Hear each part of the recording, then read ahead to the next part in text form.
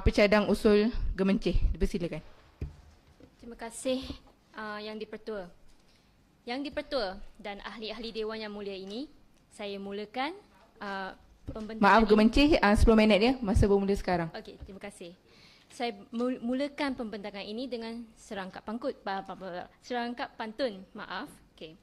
Pergi ke Rembau membeli lemang, singgah sebentar di Kuala Pilah. Warisan rasa jangan dipandang ringan, dijaga bersama, ekonomi pun bertambah.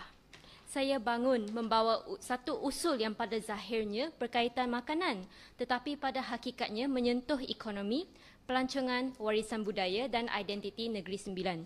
Usulnya berbunyi bahawa Dewan ini mencadangkan Kerajaan Negeri Sembilan mewujudkan program Jelajah Rasa Negeri Sembilan sebagai inisiatif bersepadu bagi memperkasakan industri makanan dan pelancongan gastronomi negeri melalui promosi restoran secara bergilir mengikut setiap daerah pada setiap bulan, pendokumentasian resepi warisan dan resepi terpilih Negeri Sembilan, pembangunan pangkalan data digital makanan negeri serta sistem penilaian terhadap kualiti, kebersihan, ketulinan resepi, nutrisi, sumber bahan mentah dan kewajaran harga. Yang di-Pertua, saya ingin tegaskan dari awal, Jelajah Rasa Negeri Sembilan bukan program makan-makan. Baru tadi kita makan, makan-makan. Okey. Berbeza dari karnival selama beberapa hari ataupun minggu ini, di mana kita melihat peniaga pasang kemah, buka gerai, buat program dan sebagainya lepas tu tamat. Cadangan ini adalah strategi pembangunan ekonomi gastronomi untuk tempoh masa panjang. Yang di-Pertua, Negeri Sembilan sudah mempunyai aset gastronomi, kita perlu menyusunkannya. Portal rasmi pelancongan negeri pada hari ini sendiri sudah mempunyai kategori pelancongan gastronomi dan memaparkan destinasi makanan mengikut daerah setiap daerah seperti Rembau, Jelebu dan sebagainya. Ini menunjukkan aset itu sudah ada. Namun mekanisme pelaksanaan yang mengangkat aset tersebut untuk menjadi satu ekosistem ekonomi yang konsisten masih belum jelas. Pengusaha kecil mempunyai makanan yang baik. Anak muda mungkin berbakat seperti Khairul Aming, tetapi tidak semestinya mempunyai pemasaran yang mampan dan berterusan.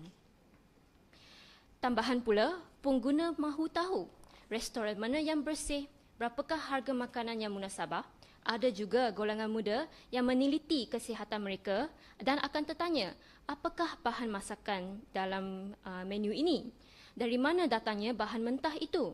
Maka kita perlu bergerak daripada pendekatan buat acara kepada pendekatan ekosistem yang menyeluruh. Yang di-Pertua, saya mencadangkan Lembaga Pelancongan Negeri Sembilan melaksanakan program ini dalam ekosistem berpaksikan 4 tonggak utama. Pertama, jelajah bulanan, 7 daerah. Setiap bulan, satu daerah diberi tumpuan sebagai destinasi rasa Negeri Sembilan. Dengan izin rotation destination. Setiap bulan sekitar 10 hingga 15 premis saya cadangkan dipilih melalui kriteria yang telus berdasarkan kualiti makanan, kebersihan, keunikan menu, kemampuan operasi, ulasan pelanggan dan potensi pelancongan.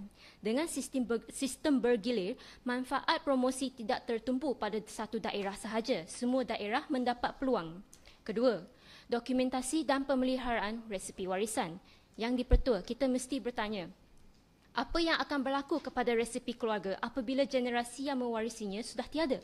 Sebab itu setiap bulan kita perlu memilih beberapa hidangan warisan untuk didokumentasikan. Bukan sekadar ambil gambar, kita rekod asal-usul hidangan, sejarahnya, bahan utama, kaedah penyediaan, variasi mengikut keluarga atau daerah, serta nilai budaya dan pemakanannya. Dan saya ingin tekankan, kita tidak boleh mendakwa hanya satu versi sebagai paling asli tanpa asas. Ketulinan perlu ditentukan melalui pendekatan berasaskan bukti yang melibatkan pewaris resepi, pengusaha, chef, tokoh budaya dan institusi pengajian tinggi. Dengan itu, kita bukan sahaja menjual makanan, kita menjual cerita dan sejarah di sebalik makanan. Ketiga, portal digital Rasa Negeri Sembilan. Yang dipertua, hari ini sebelum seseorang pelancong pergi makan, dia biasanya mencari maklumat melalui telefon. Maka kita perlu memurnikan, menambah baik portal digital rasmi Lembaga Pelancongan Negeri Sembilan. Dalam satu platform, pengguna boleh melihat restoran mengikut daerah, menu istimewa, lokasi dan waktu operasi, julatan harga, kisah makanan dan resepi warisan, maklumat bahan tempatan, kalender promosi bulanan dan penarafan program.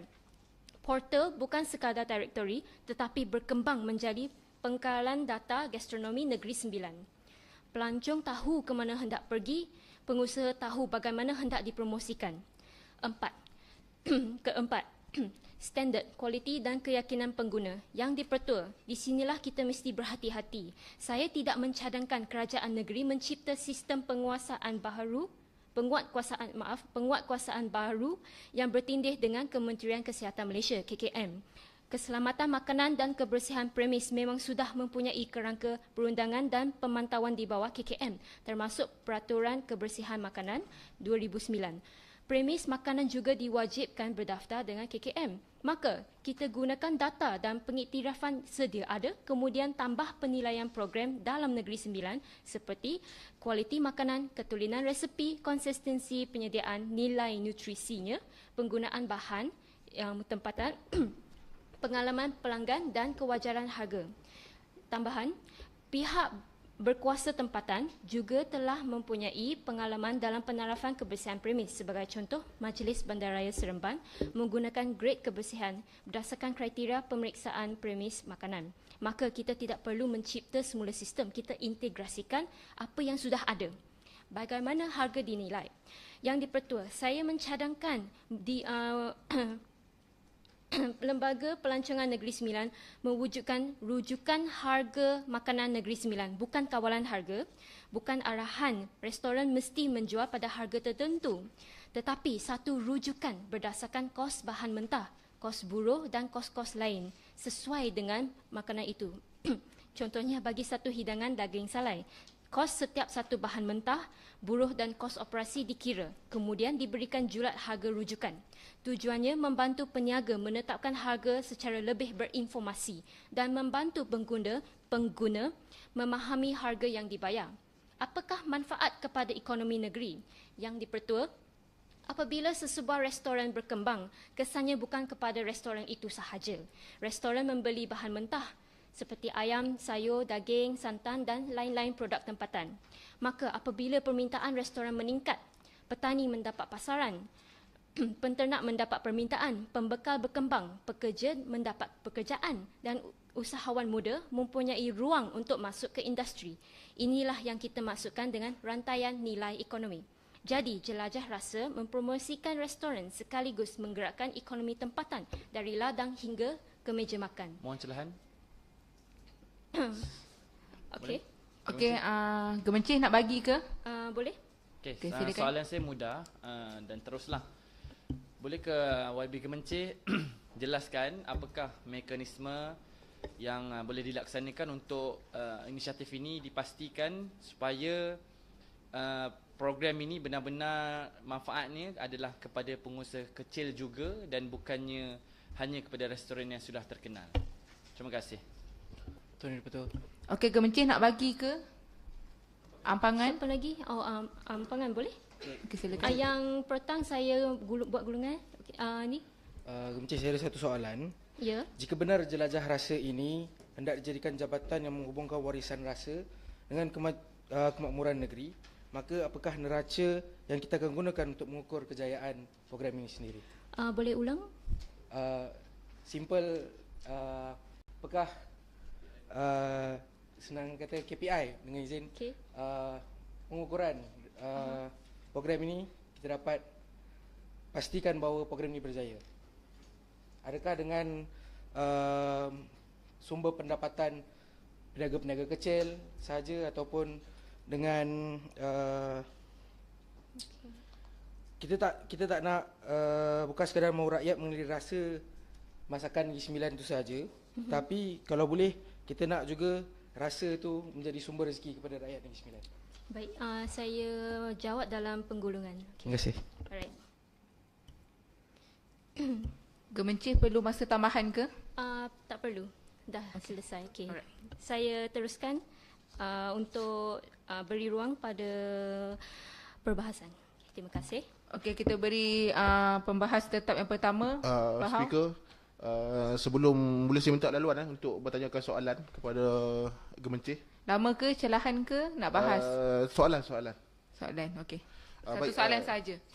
Semalam Cenah telah membawa usul yang saya kira hampir sama, iaitu mewujudkan pengkalan data pelancongan, dan saya melihat bahawa usul daripada Gemencih pun hampir sama. Dan adakah Gemencih setuju jika usul ini boleh diintegrasikan bersama dengan Cenah lah? Baik. Saya menjawab ketika buat penggulungan. Okey, terima kasih. Seterusnya saya jemput pembahas tetap yang pertama iaitu Bahau. Masa yang diperuntukkan adalah 5 minit. Terima kasih Tuan Yang Di-Pertua kerana memberikan peluang kepada Bahau untuk mengambil bahagian dalam perbahasan pada hari ini sebelum Bahau bergerak ke utara pada malam ini. Tuan Yang Di-Pertua, saya amat menyokong cadangan. Hati-hati Bahau. Take care. Belum lagi Puan Yang Di-Pertua. Saya amat menyokong cadangan yang telah diusulkan oleh Yang Berhormat Kemencih untuk mewujudkan program jelajah rasa Negeri Sembilan. Kerana program ini mempunyai potensi untuk membantu interaksi makanan dan pelancongan negeri. Namun begitu, bagi pandangan Bahau, perkara yang paling penting bukan sahaja kita melaksanakan satu program, mewujudkan satu program, tetapi bagaimanakah, apakah mekanisme kita untuk memastikan program ini benar-benar memberikan manfaat kepada rakyat Negeri Sembilan, terutamanya pengusaha makanan kecil.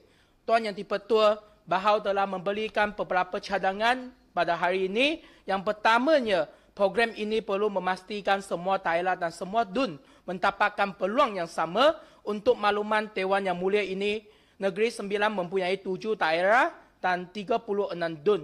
Kita tidak mahu promosi makanan ini hanya tertumpu kepada kawasan yang sudah terkenal saja atau di bandar saja. Sebagai contoh, beberapa kawasan luar bandar mempunyai pengusaha makanan tempatan yang mempunyai potensi untuk diperkenalkan kepada lebih ramai orang. Saya bagi contoh, saya pernah pergi ke Lingging. Pergi Pekan Lingging, saya makan nasi lemak. Saya pergi Pilar, saya makan pizza yang terkenal di Cemampo. Itulah ada pengusaha-pengusaha kecil, ada potensi untuk memperkembangkan pelancongan atau industri makanan mereka. Tetapi mereka kekurangan peluang dari segi promosi untuk menjadi lebih baik. Oleh itu, Kerajaan Negeri Sembilan perlu melibatkan pengusaha kecil, penjaja dan perniagaan makanan keluarga dalam program ini. Seterusnya, saya perlu menyentuh tentang resepi warisan Negeri Sembilan. Saya bersetuju bahawa resepi tradisional perlu direkodkan supaya tidak hilang di dalam zaman.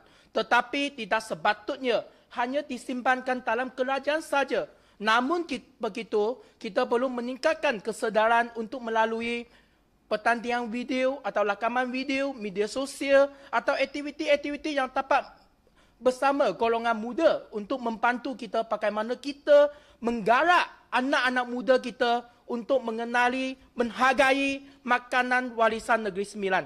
Dan yang ketiga, berkaitan dengan pangkalan data digital makanan Negeri Sembilan, saya rasa platform ini perlu mudah digunakan oleh orang ramai seperti lokasi restoran, waktu operasi dan jenis makanan dan harga perlu disediakan lebih awal kepada orang semua. Supaya ada kawasan-kawasan luar bandar yang diabaikan atau tak cukup promosi. Mungkin saya yang sendiri pergi ke Lingging, ada yang ahli berhormat belum pergi ke Lingging. Mungkin ada satu hari kita boleh sama-sama pergi ke Lingging. Saya menyambut baik. Saya dipersilakan untuk datang ke Lingging.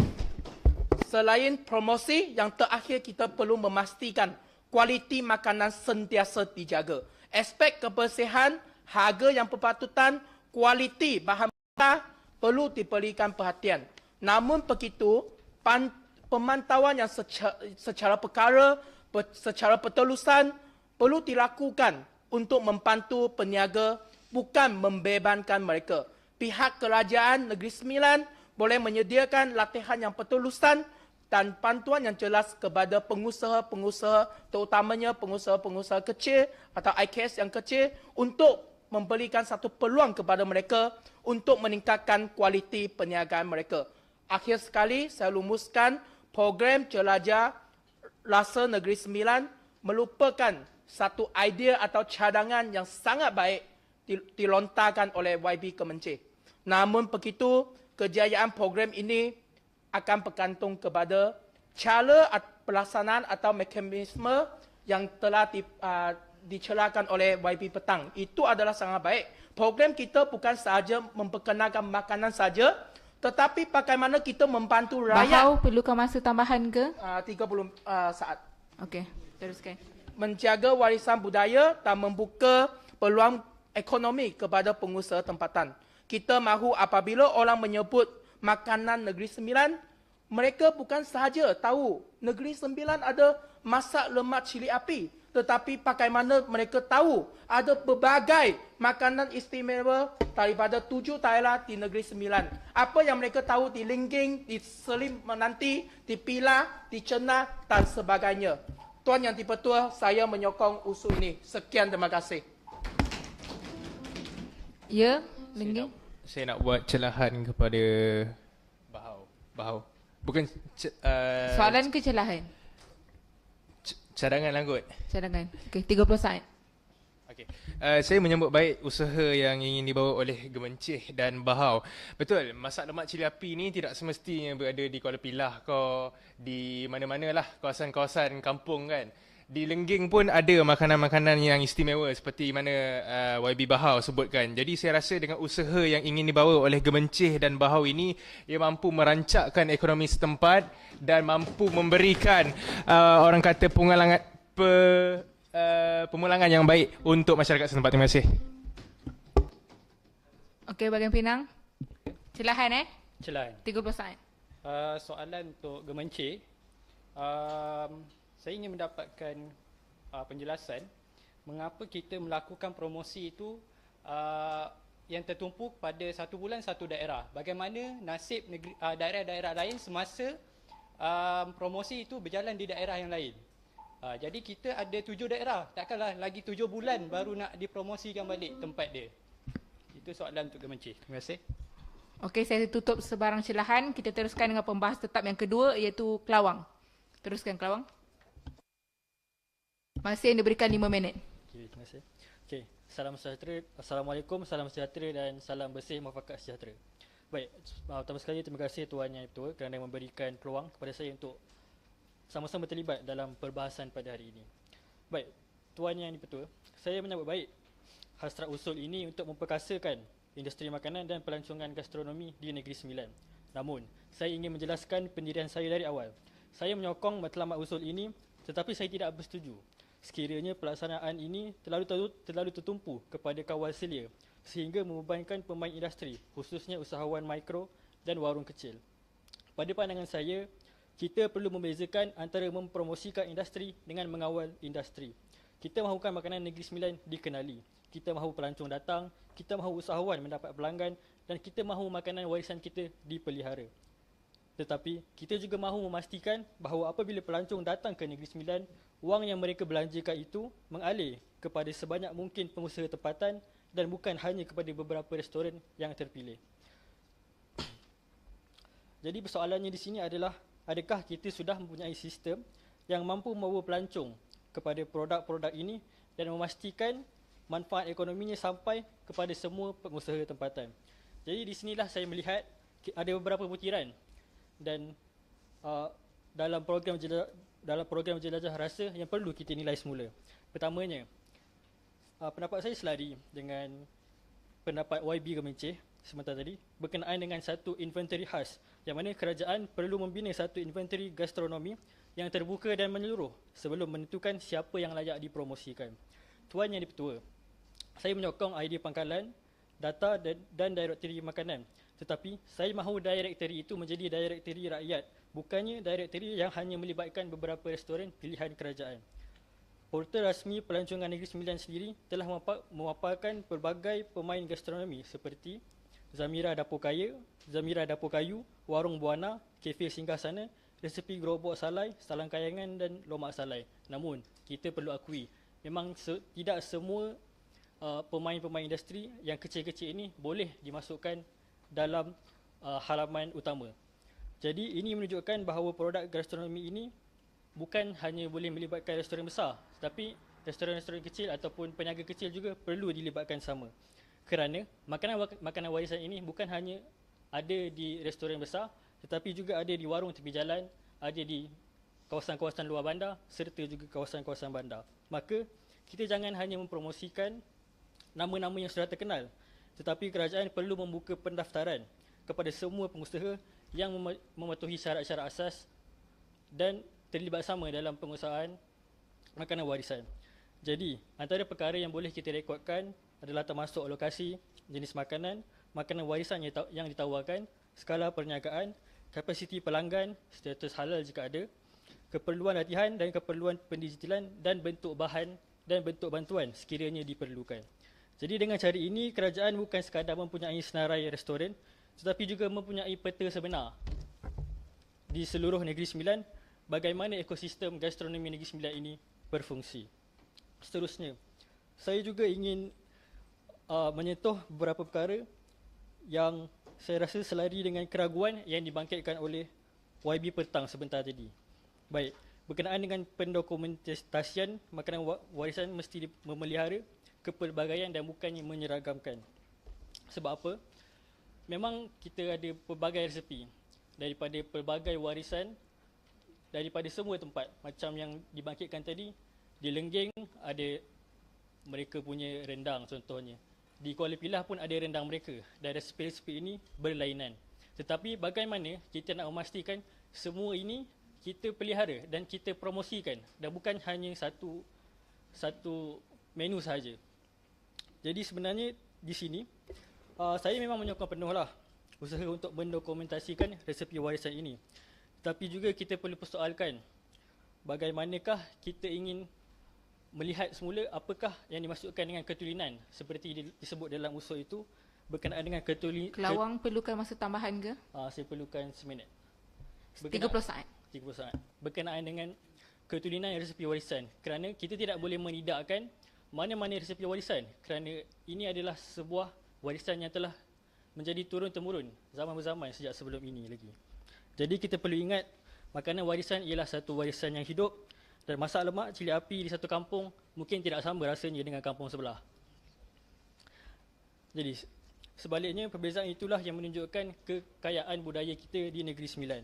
Maka saya mencadangkan dokumentasi yang dibuat ini untuk merekodkan variasi dan bukan menetapkan hanya satu resepi saja untuk setiap menu yang terlibat. Maka dengan itu saya memang betul-betul Kelawang memang menyokong usaha yang ini dibangkitkan ini, namun YB Gemenci haruslah merapikan semula berkenaan dengan butiran-butiran yang saya sebutkan sebentar tadi supaya kita memastikan semua pengusaha yang terlibat mendapat manfaatnya dan bukan hanya pemain-pemain besar saja. Itu saja. Terima kasih. Okey, terima kasih Yang Berhormat Kelawang. Seterusnya saya buka kalau ada pembahas tambahan sebelum kita ke sesi pergulungan. Ada? Jadi seterusnya Gemenci, Yang Berhormat Gemenci, boleh kita teruskan ke sesi pergulungan? Okey, 1 minit.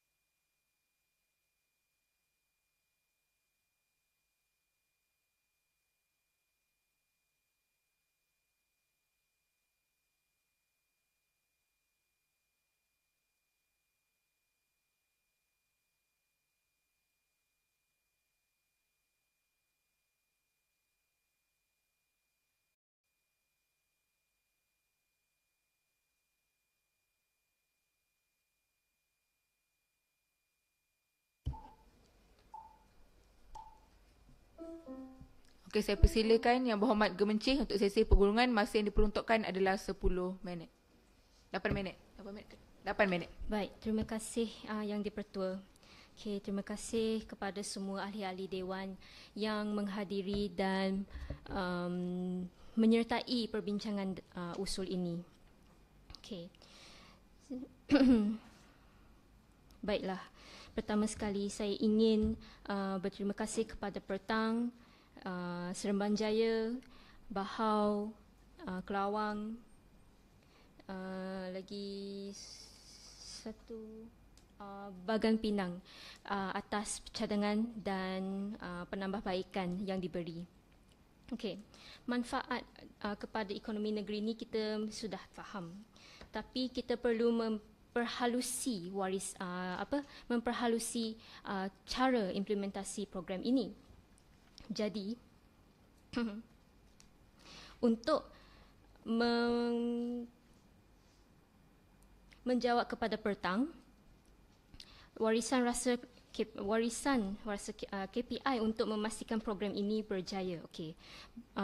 Kerajaan boleh memastikan manfaat program ini sampai kepada pengusaha makanan kecil melalui pendekatan yang lebih inklusif. Antaranya adalah pemilihan restoran dibuat secara bergilir mengikut daerah dan tidak hanya tertumpu kepada restoran yang sudah mempunyai nama. Selain itu, kerajaan boleh menyediakan platform promosi digital, latihan pemasaran dan penjenamaan kepada pengusaha kecil supaya mereka mempunyai peluang yang sama untuk diketengahkan. Kerajaan boleh bekerjasama dengan Persatuan Pengusaha Makanan dan pihak berkuasa tempatan daerah tersebut untuk mengenal pasti pengusaha makanan tradisional yang berpotensi tetapi masih kurang dikenali. Dengan pendekatan ini, program Jelajah Rasa Negeri Sembilan turut menjadi medium untuk memperkasa pengusaha kecil, meningkatkan pendapatan mereka dan memastikan manfaat ekonomi program dapat dirasai untuk setiap daerah. Menjawab kepada KPI untuk memastikan program ini berjaya, sudah tentu kita perlu melihat kepada kos dan juga angka sasaran yang kita boleh dapat daripada data yang dikutip dan diukur secara sahih. Oleh itu, saya mencadangkan terdapat kerajaan untuk membuat satu projek rintis untuk mengenal pasti terlebih dahulu data yang boleh dikutip dan diukur dengan sahih, serta sasaran yang boleh dicapai dengan sumber yang sedia ada. Seterusnya, daripada Bagan Pinang. Okay. Masalah promosi untuk setiap daerah, satu daerah itu. Okay, apa akan terjadi nasib pada daerah yang selainnya? Kita perlu faham pihak berkuasa tempatan, dia perlu ada ruang dan masa untuk mengurus program dan juga mengurus atau cara bagaimana program itu perlu dijalankan, bagaimana kita perlu meneliti pengusaha kecil dan restoran yang sedia ada.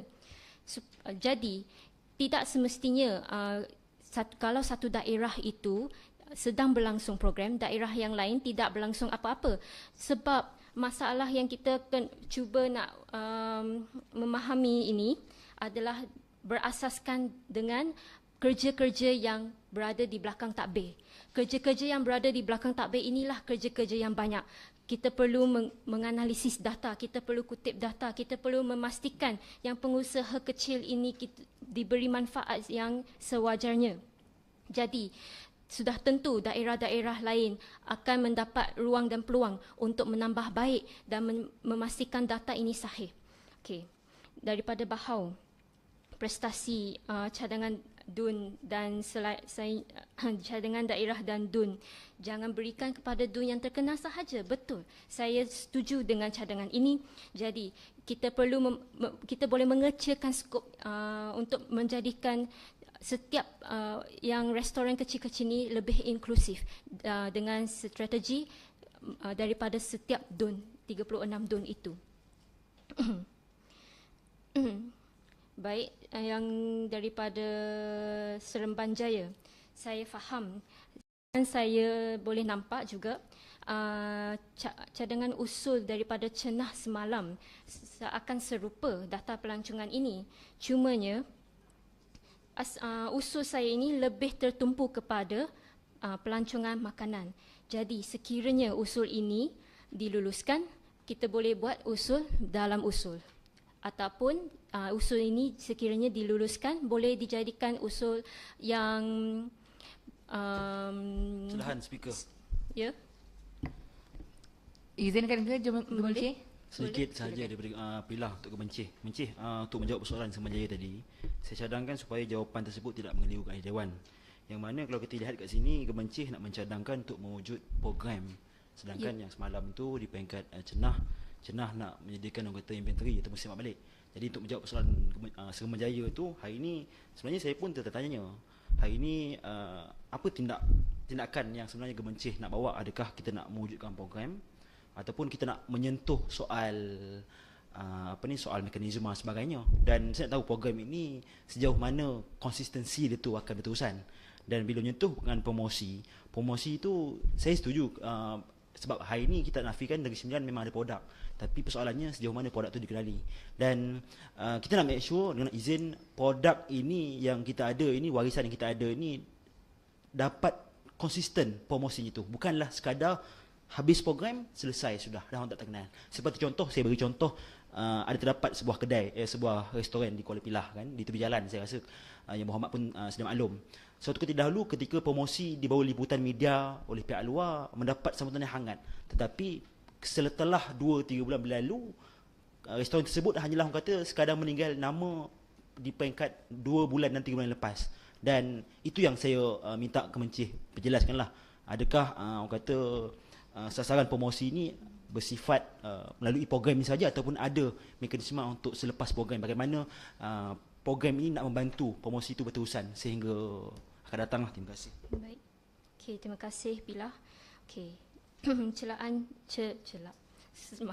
Celahan yang sangat bermanfaat. Okey. Okey. Sebenarnya apa yang saya perlu Gemencih perlukan masa tambahan ke? 1 minit 30 saat. 1 minit. Okey, terima kasih. Okey, untuk menjawab kepada Kuala Pilah. Okey. Kita perlu daripada program ini kita boleh secara langsung mempromosikan program, dan apabila dengan ada program ini kita menarik pengusaha, menarik usahawan kecil untuk berdekat dengan kita untuk dengan izin register with the government untuk mendokumentasikan. Muhammad Bahau. Okey, Gemencih izin ke? Sekejap. Okey. Duduk Bahau. Untuk mendokumentasikan resepi dan sebagainya. So maaf. Jadi ini resepi. Maaf. Okey. Program ini sebenarnya untuk promosi dan juga mendapatkan data tersebut. Jadi program ini tidak semestinya hanya dilakukan untuk memberi ruang untuk satu pengusaha itu dapat sambutan untuk 1 bulan sahaja. Kita boleh memantau semula apakah cara-cara untuk meningkatkan semula pendapatan ataupun memberikan sokongan tambahan. Gemencih ada celahan daripada rantau. Izin ke? Izin ke Gemencih? Saya nak tanya, bila kita berbual mengenai resepi dan sebagainya, kita kena faham ada restoran yang mengipokan dia punya resepi yang tersendiri. Dan bila saya tengok awak punya usul ni, sebenarnya nak memfokuskan kepada banyak restoran dalam satu daerah ataupun bagaimana? Itu yang pertama. Dan mengenai harga ni, sejauh mana keterjaminan kamu sendiri mengenai harga yang dijadikan pulangan balik kepada peniaga? Baik. Dan seterusnya, saya rasa kalau benda ni kena dipertimbangkan, bila mana setiap resepi walaupun satu lauk yang berbeza. Contoh, saya nak betulkan sekarang kita dah penjenamaan semula masak lemak kepada gulai kuning. Itu satu perkara yang perlu dibetulkan sebab kita telah ipokan nama tu. So saya minta untuk Gemencih jawab mengenai harga dan juga berkaitan dengan iponya resepi tersebut. Gemencih izinkan Bahau ke? Bahau boleh? Okey, teruskan Bahau. Terima kasih Kementerian. 30 saat Bahau. Okey. Saya ada satu soalan yang mudah saja. Adakah kita mengadakan satu program jelajah Lasar Negeri Sembilan saja? Adakah mereka menjemput gerai tersebut, datang ke sini, buka gerai, jual habis, lepas tu balik rumah? Tetapi bagaimanakah kita nak memperkasakan industri makanan tanpa lancongan gastronomi? Untuk makluman semua, ada peniaga-peniaga kecil menghadapi kekangan tenaga kerja, ada yang seorang saja mereka yang membangunkan industri makanan mereka, ada yang menghadapi masalah kewangan. Bagaimana kita nak ada solution dengan izin yang dipertua, bagaimana kita nak membantu mereka supaya kita dapat memperkasakan. Terima kasih. Teruskan Gemencih, perlukan masa tambahan ke? 30 saat. Saya bagi 1 minit.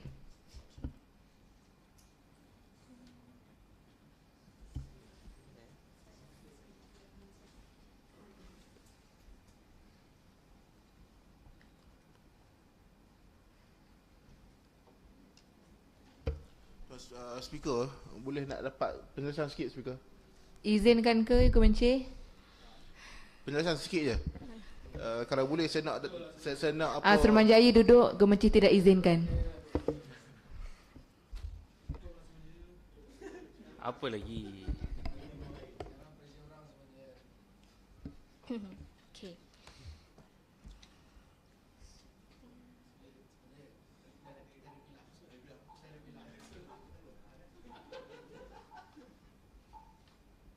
Baik. Okey.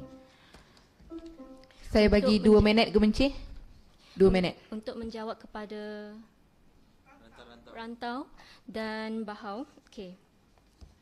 Seperti yang saya katakan tadi semasa saya bentang, dengan adanya kita faham apakah kos bahan mentah, kos buruh yang sewajarnya, kita boleh membuat satu rujukan harga makanan Negeri Sembilan. Jadi dengan rujukan harga makanan Negeri Sembilan itu, kita boleh memastikan bahawa pengusaha mendapat memahami kos penyediaan dan juga mendapatlah daripada rujukan harga makanan sebenarnya adalah rujukan harga makanan untuk pembeli. Okay.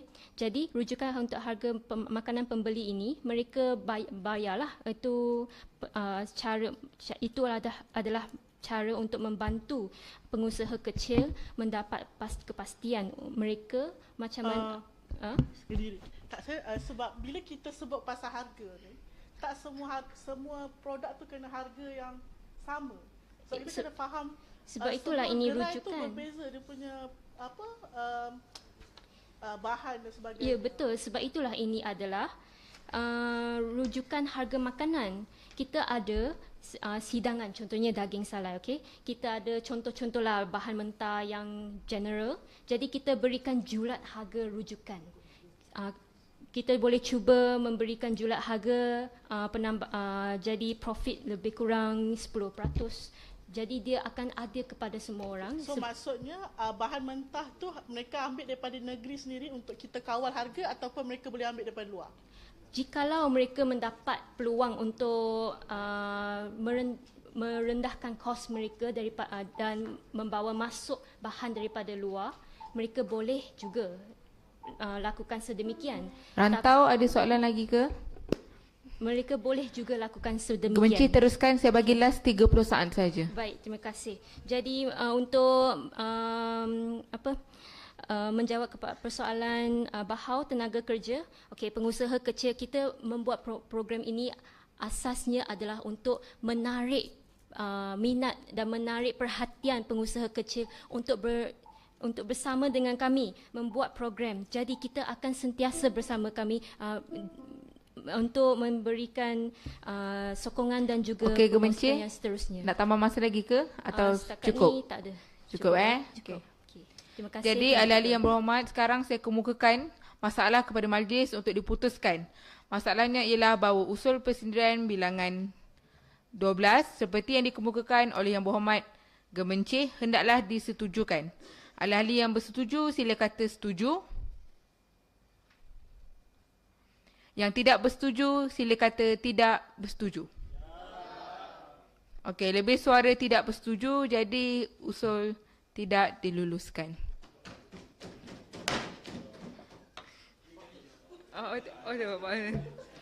Jangan marah speaker. Speaker marah ke? Speaker jangan marah Tenang, speaker. tenang. Sorry lah, first time. Steady speaker. Lembut dengarnya. Baik, salam sejahtera, selamat petang, salam Malaysia Madani, ahli-ahli berhormat sekalian. Tanpa melengah-lengahkan masa, kita teruskan persidangan pada hari ini dengan perbahasan usul persendirian ke-13 yang berbunyi bahawa Dewan ini mencadangkan agar kerajaan negeri merangka Pelan Strategik Negeri Sembilan, Hub Ilmu dan Bakat Digital bagi memperkukuhkan pembangunan modal insan, pendidikan teknologi serta kemahiran kecerdasan buatan AI selaras dengan peningkatan pelaburan industri teknologi tinggi dan pusat data di Negeri Sembilan. Saya mempersilakan pencadang tetap iaitu YB Pilah. Masa diperuntukkan selama 10 minit. Silakan. Baik, terima kasih Tuan Speaker. Bismillahirrahmanirrahim. Alhamdulillahirabbil alamin. Wassalatu wassalamu ala asyrafil anbiya wal mursalin wa ala alihi wa sahbihi ajma'in, amma ba'd. Pertama sekali terima kasih saya ucapkan pada seisi dewan kerana sudi duduk masih setia bersama saya walaupun kita tengok kawan kita dah tinggalkan kita punya kursi. Baik, untuk ucapan atau untuk perbahasan usul saya pada petang ini, okey. Yang betul yang saya muliakan ahli dewan saya hormati, pada hari ini sebenarnya petang ini saya bawa satu usul pada pandangan saya sebenarnya bukan sekadar berkaitan teknologi dan bukan sekadar semata-mata tentang komputer, bukan semata-mata tentang AI. Saya faham apabila hari ini yang berhormat bila lihat pada aturan urusan mesyuarat, bila lihat sahaja perkataan AI, lihat sahaja perkataan kecerdasan buatan, mungkin agak terlalu orang kata rapidly dengan izin kita bahaskan, tak kisahlah di dewan sini ataupun di mana-mana tempat. Dan hari ini saya menyentuh berkenaan dengan usul ini semata-mata, usul ini menyentuh berkenaan dengan masa depan ataupun hala tuju peluang yang kita sediakan kepada anak-anak Negeri Sembilan. Dan usul ini menyentuh tentang negeri apakah yang kita nak wariskan kepada generasi selepas ini. Jadi dengan penuh rasa tanggungjawab, Pilah hari ini membawa usul bahawa Dewan ini mencadangkan agar kerajaan negeri merangka Pelan Strategik Negeri Sembilan, Hub Ilmu dan Bakat Digital bagi memperkukuh pembangunan modal insan, pendidikan teknologi serta kemahiran kecerdasan buatan AI selaras dengan peningkatan pelaburan industri teknologi tinggi dan pusat data Negeri Sembilan. Yang dipertua, saya ingin mulakan dengan satu persoalan yang mungkin sederhana, kan, untuk kita sama-sama renungkan. Apa artinya kalau kita berjaya membawa masuk pelaburan berbilion-bilion ringgit hari ini ke Negeri Sembilan, ke Port Dickson, ke Seremban, ke Nilai, tetapi anak Negeri Sembilan tidak mempunyai lagi ataupun kekurangan, lack dengan izin, kemahiran untuk mengisi pekerjaan yang terhasil daripada pelaburan tersebut. Apa erti kalau kita hari ini ada Google Data Center yang canggih dengan izin, tetapi anak muda kita hari ini hanya bekerja di luar pagar? Apa erti kalau kita mempunyai industri teknologi yang bertaraf tinggi, Nexus Green Center dekat Nilai, tetapi bakat tempatan kita hari ini hanya menjadi pemerhati? Dan alangkah ruginya kalau hari ini negeri kita menjadi highlight dengan izin kepada negeri-negeri lain sebagai hub teknologi, tetapi negeri kita tidak menjadi hub ilmu terhadap digital itu sendiri. Inilah persoalan yang ingin saya ketengahkan pada hari ini kerana pada hemat saya, pelaburan ini pastinya membina ekonomi, tetapi ilmu itu bakal membina tamadun yang akan diterus diwarisi. Yang dipertua yang saya muliakan, kita tidak boleh melihat perubahan teknologi ini sebagai sesuatu yang jauh. AI hari ini telah berada di hadapan kita. Mungkin kalau 2 tahun yang lepas, 3 tahun yang lepas, kita boleh bersoalkan AI itu hanya ChatGPT, cloud dan sebagainya. Tetapi hari ini AI itu lebih jauh maknanya daripada sekadar ChatGPT atau automasi. AI hari ini digunakan untuk analisis data, bantu sektor perubatan, bantu syarikat untuk optimumkan operasi, dan juga AI ini tak nafikan bantu juga dalam peningkatan pendidikan kita hari ini. Dan tidak lama lagi AI ini akan menjadi sebahagian daripada tempat pekerjaan ataupun pengganti kepada pekerjaan kita. Jadi saya suka untuk saya kongsikan satu laporan daripada World Economic Forum 2025 yang menyatakan dalam muka surat yang ke-6 berkenaan dengan perubahan teknologi dan AI dijangka menjadi antara pemacu utama perubahan pekerjaan dan kemahiran dalam dekad ini. Maknanya apa? Maksudnya sangat jelas. Pekerjaan masa depan hari ini tidak semestinya adalah pekerjaan yang kita kenali pada hari ini.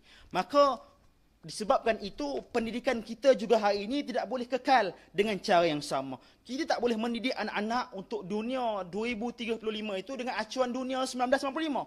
Jadi yang di-Pertua, ahli Dewan yang saya hormati, dan kita bercakap tentang perkara ini pada waktu yang sangat tepat. Kenapa hari ini Yang Berhormat sendiri saksikan, Negeri Sembilan sendiri sedang berada di persimpangan ekonomi yang terbaru. Pada tahun 2025, tahun lepas, Negeri Sembilan mencatatkan 19.1 bilion pelaburan yang diluluskan melibatkan 295 projek. Ini satu kejayaan yang sangat kita amati. Dan angka itu meningkat sebanyak 164% berbanding 7.2 bilion pada tahun 2024. Daripada jumlah tersebut, Yang Berhormat, sektor perkhidmatan menyumbang sebanyak 13.79 bilion, manakala sektor pembuatan menyumbang sebanyak 5.34 bilion. Ini bukan lagi sekadar angka dalam laporan pelaburan. Ini adalah isyarat, Yang Berhormat. Isyarat apa? Isyarat bahawa struktur ekonomi Negeri Sembilan sedang berubah. Yang di-Pertua, ahli Dewan yang saya muliakan, kita lihat pula perkembangan pusat data. Pada Januari tahun ini yang kita lihat, kita menyaksikan pembangunan Nexus yang Green Data Center Campus di Negeri Sembilan, Semiconductor Valley. Nilai pelaburannya tahu berapa? Nilai pelaburan jangka panjangnya dianggalkan sebanyak 20 bilion. Projek tersebut meliputi kira-kira 157 ekar dengan kapasiti IT-nya sekadar 350 megawatt dan direka untuk menyokong perkomputeran berskala besar termasuk keperluan AI. Saya kongsikan data ini kepada CEO. Kenapa? Kerana saya nak buka mata kita semua. Hari ini Negeri Sembilan telah bergerak arah kemajuan ekonomi yang bersimpang yang baru. Maka sebelum itu, kan, kerajaan negeri juga memaklumkan terdapat pusat data di Nilai dan di Spring Hill, Port Dickson, termasuk pusat data berorientasikan teknologi AI. Malah banyak lagi projek data AI campus di bandar Spring Hill itu dilaporkan, tak silap saya, mempunyai nilai pelaburan sekitar 5 bilion ringgit ke atas. Manakala satu lagi projek AI di NSVV dianggalkan sebanyak 20 bilion. Yang di-Pertua, 2 bilion, 50 bilion, 25 bilion, 100 bilion, angka ini besar. Tetapi saya ingin Dewan melihat sesuatu yang lebih besar daripada angka itu. Iaitu apa? Siapa yang akan bekerja di dalamnya? Siapa yang akan menyelenggara sistemnya? Siapa yang akan menjadi pakar keselamatan cyber? Siapa yang akan menjadi penganalisa datanya? Siapa yang menjadi, orang kata, jurutera ataupun technician dengan izin aplikasi AI-nya? Siapa yang akan menjadi semua itu? Siapa yang akan mengisi kosongan semua itu? Kalau bukan anak-anak Negeri Sembilan kita, siapa? Yang di-Pertua, inilah sebabnya saya membawa usul ini. Kalau tidak mahu kita sekadar menjadi lokasi pelaburan, kita perlu menjadi pusat pembangunan bakat itu sendiri. Yang di-Pertua, justru itu saya mencadangkan plan strategik Negeri Sembilan Hub Ilmu dan Bakat Digital yang mempunyai 5 teras utama. Yang pertama iaitu Negeri Sembilan AI Talent Pipeline, yang mana penyusunan ini adalah perlu untuk kita membina semula, merangka semula, menyemak semula satu laluan pembangunan yang jelas bermula daripada bangku sekolah. Daripada sekolahnya, terus ke universiti, terus ke industri sehinggalah ke pekerjaan. Hari ini kerajaan Negeri Sembilan boleh bekerjasama dengan Jabatan Pendidikan Negeri Sembilan, bekerjasama dengan pihak Yayasan Negeri Sembilan dan bekerjasama dengan pemegang taruh lain, termasuk pihak industri untuk menyediakan pelbagai program-program. Dan saya yakin hari ini penyediaan program itu telah luas tersebar, tetapi perlunya adanya perangkaan secara awal dan perlu adanya pengukuhan lebih sistematik. Dan sebabkan itu saya mencadangkan juga di bawah teras pertama, kerajaan negeri tingkatkan, bukan bina, tingkatkan kerjasama bersama Kolej Yayasan Negeri Sembilan. Seperti yang kita lihat pada hari semalam, kita ada mengusulkan, membahas berkenaan dengan TVET dan sebagainya.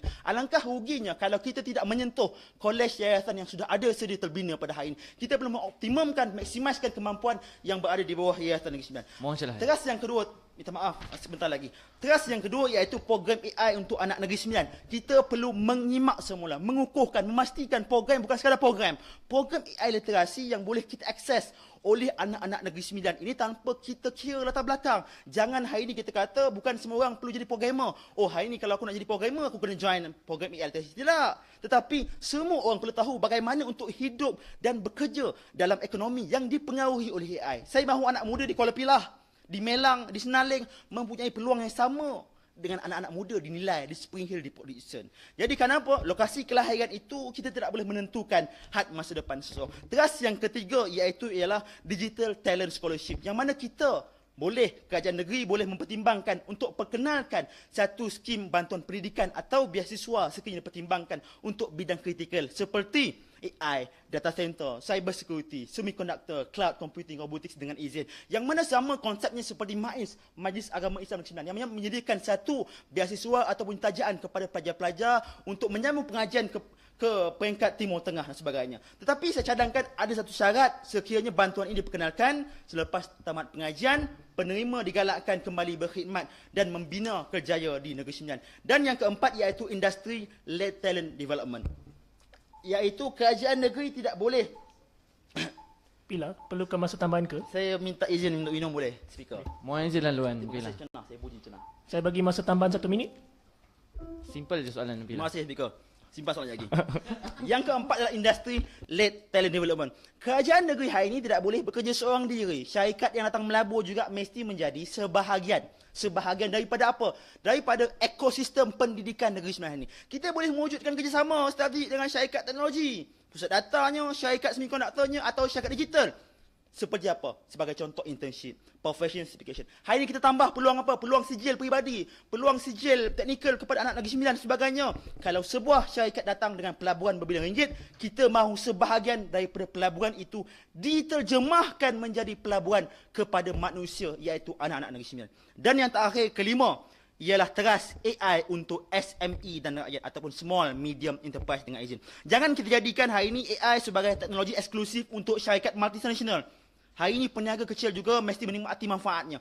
Ini kita berikan orang kata pencerahan atau berikan exposure awal dengan izin kepada peniaga-peniaga di luar, kepada petani-petani di luar untuk mereka sama-sama mengangkat visi dan misi untuk AI ini bagi memastikan pembangunan ekonomi di Negeri Sembilan. Dan baik, terima kasih speaker. Akhir kata, saya mengharapkan semoga apa, saya ingin mengatakan sesuatu yang mungkin kedengaran besar. Tetapi saya percaya kita perlu berani mempunyai impian yang besar. Saya mohon anak Negeri Sembilan ini suatu hari nanti menjadi pencipta AI, bukan sekadar pengguna AI. Saya yakin hari ini mungkin ada yang mengatakan saya ini, orang kata sekadar retorik kosong, angat-angat margin dan sebagainya. Tapi saya nak ada juruta AI kat Kuala Pilah. Saya nak ada hari ini pakar keselamatan cyber di Cenah dan sebagainya. Ini yang kita mahu lihat daripada hari ini. Dan saya pastikan hari ini kita mahu lihat syarikat teknologi yang lebih banyak lahir di Negeri Sembilan. Kita tidak mahu Negeri Sembilan menjadi sekadar apa? Sekadar penumpang kepada pusat data. Tapi kita nak anak Negeri Sembilan hari ini turut berpartisipasi dalam pembangunan Negeri Sembilan. Terima kasih. Baik, terima kasih Pilar. Saya kira satu perbahasan yang sangat menarik dan padat. Jadi tadi petang ada persoalan ke atau pencerahan? Ya, saya ada soalan. Silakan. Lah. 1 minit. Jadi boleh apa tu Pilar jawab di pergulungan ataupun di mana-mana lah yang boleh dijawab. Soalan saya mudah. Seperti yang kita semua sudah maklum, di Negeri Sembilan ini kita sudah pun mempunyai satu plan, iaitu Plan Ekonomi Digital Negeri Sembilan 2027. Jadi saya nak bertanya di pihak Pilar, apakah jurang yang belum ditangani sehingga kita memerlukan satu lagi plan strategik hub ilmu dan digital ni lah. Jadi mohon pencerahan. Boleh saya terus menjawab speaker? Silakan. 1 minit. Baik, tadi minta maaf, terima kasih petang sahabat saya. Sebenarnya saya terskip tadi berkenaan dengan betul. Saya dah expect sebenarnya, saya dah menjangka akan ada ahli dewan yang akan mempersoalkan plan ekonomi digital Negeri Sembilan tahun 2027, betul? Ya, yang mana plan ekonomi digital ini, PED ni, kalau kita lihat, kita pahalusi, PED ini memfokuskan kepada bagaimana ekonomi itu dapat disasarkan daripada pekat awal. Tetapi hari ini dalam aturan mesyuarat, saya telah fokuskan kepada kita nak menjadikan Negeri Sembilan ini sebagai hub ilmu. Kita nak memberikan literasi ilmu digital, literasi ilmu AI, kecerdasan buatan itu dapat kita bina haluannya daripada peringkat sekolah, bawa ke industri, bawa ke universiti, bawa ke industri, sehinggalah seluruh masyarakat kita ini betul-betul berjiwa untuk berpartisipasi dalam kemajuan kita hari ini. Kita tidak mahu hari ini, contoh di Kuala Pilah, Kita tanyakan sebahagian segelintir masyarakat, mereka tahu tak hari ini di Port Dickson tengah dibangunkan Google Data Center? Mungkin ada sebahagian daripada mereka tak tahu. Itulah jurang lembah kekosongan yang mahu saya isikan. Terima kasih. Baik, terima kasih Pilah. Jadi kita teruskan dengan pembahas tetap. Saya dimaklumkan bahawa Juwasi tidak bersama dengan kami pada petang ni, maka saya mempersilakan pembahas ganti Lengging. Masa diperuntukkan selama 5 minit. Silakan. Terima kasih Speaker. Assalamualaikum warahmatullahi taala wabarakatuh dan selamat petang kepada semua ahli Dewan.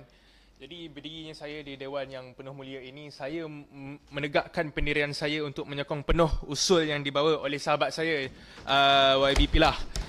Kerana pada pandangan saya, usul ini bukan setakat sekadar tentang komputer, tentang internet, pelan strategik dan sebagainya.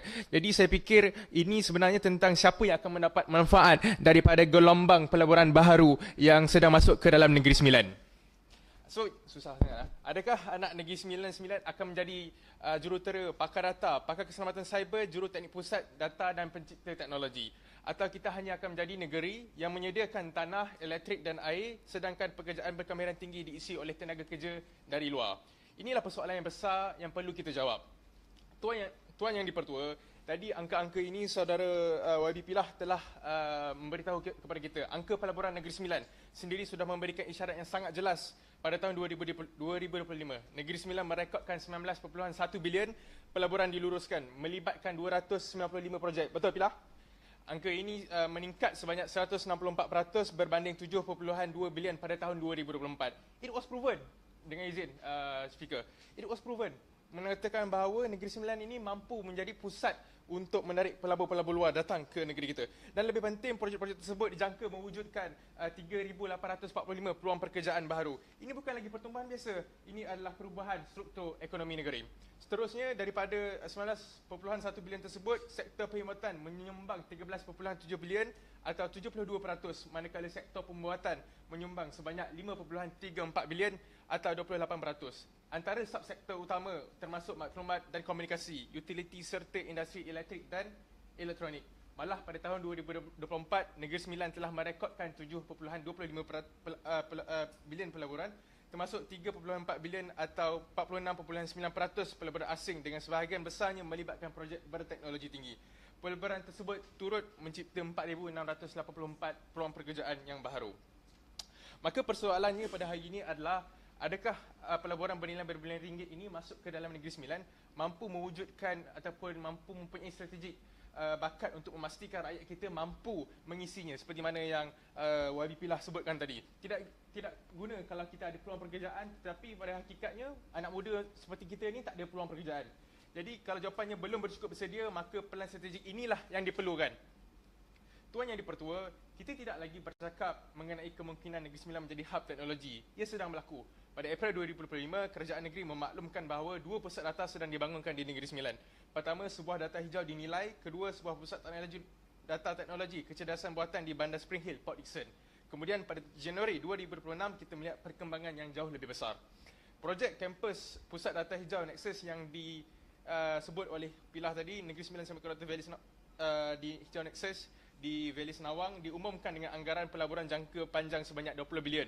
Projek ini meliputi kira-kira 157 ekar dan direka sebagai kampus pusat data hiperskala yang bersedia untuk AI dengan sasaran awal beban IT sekitar 350 megawatt.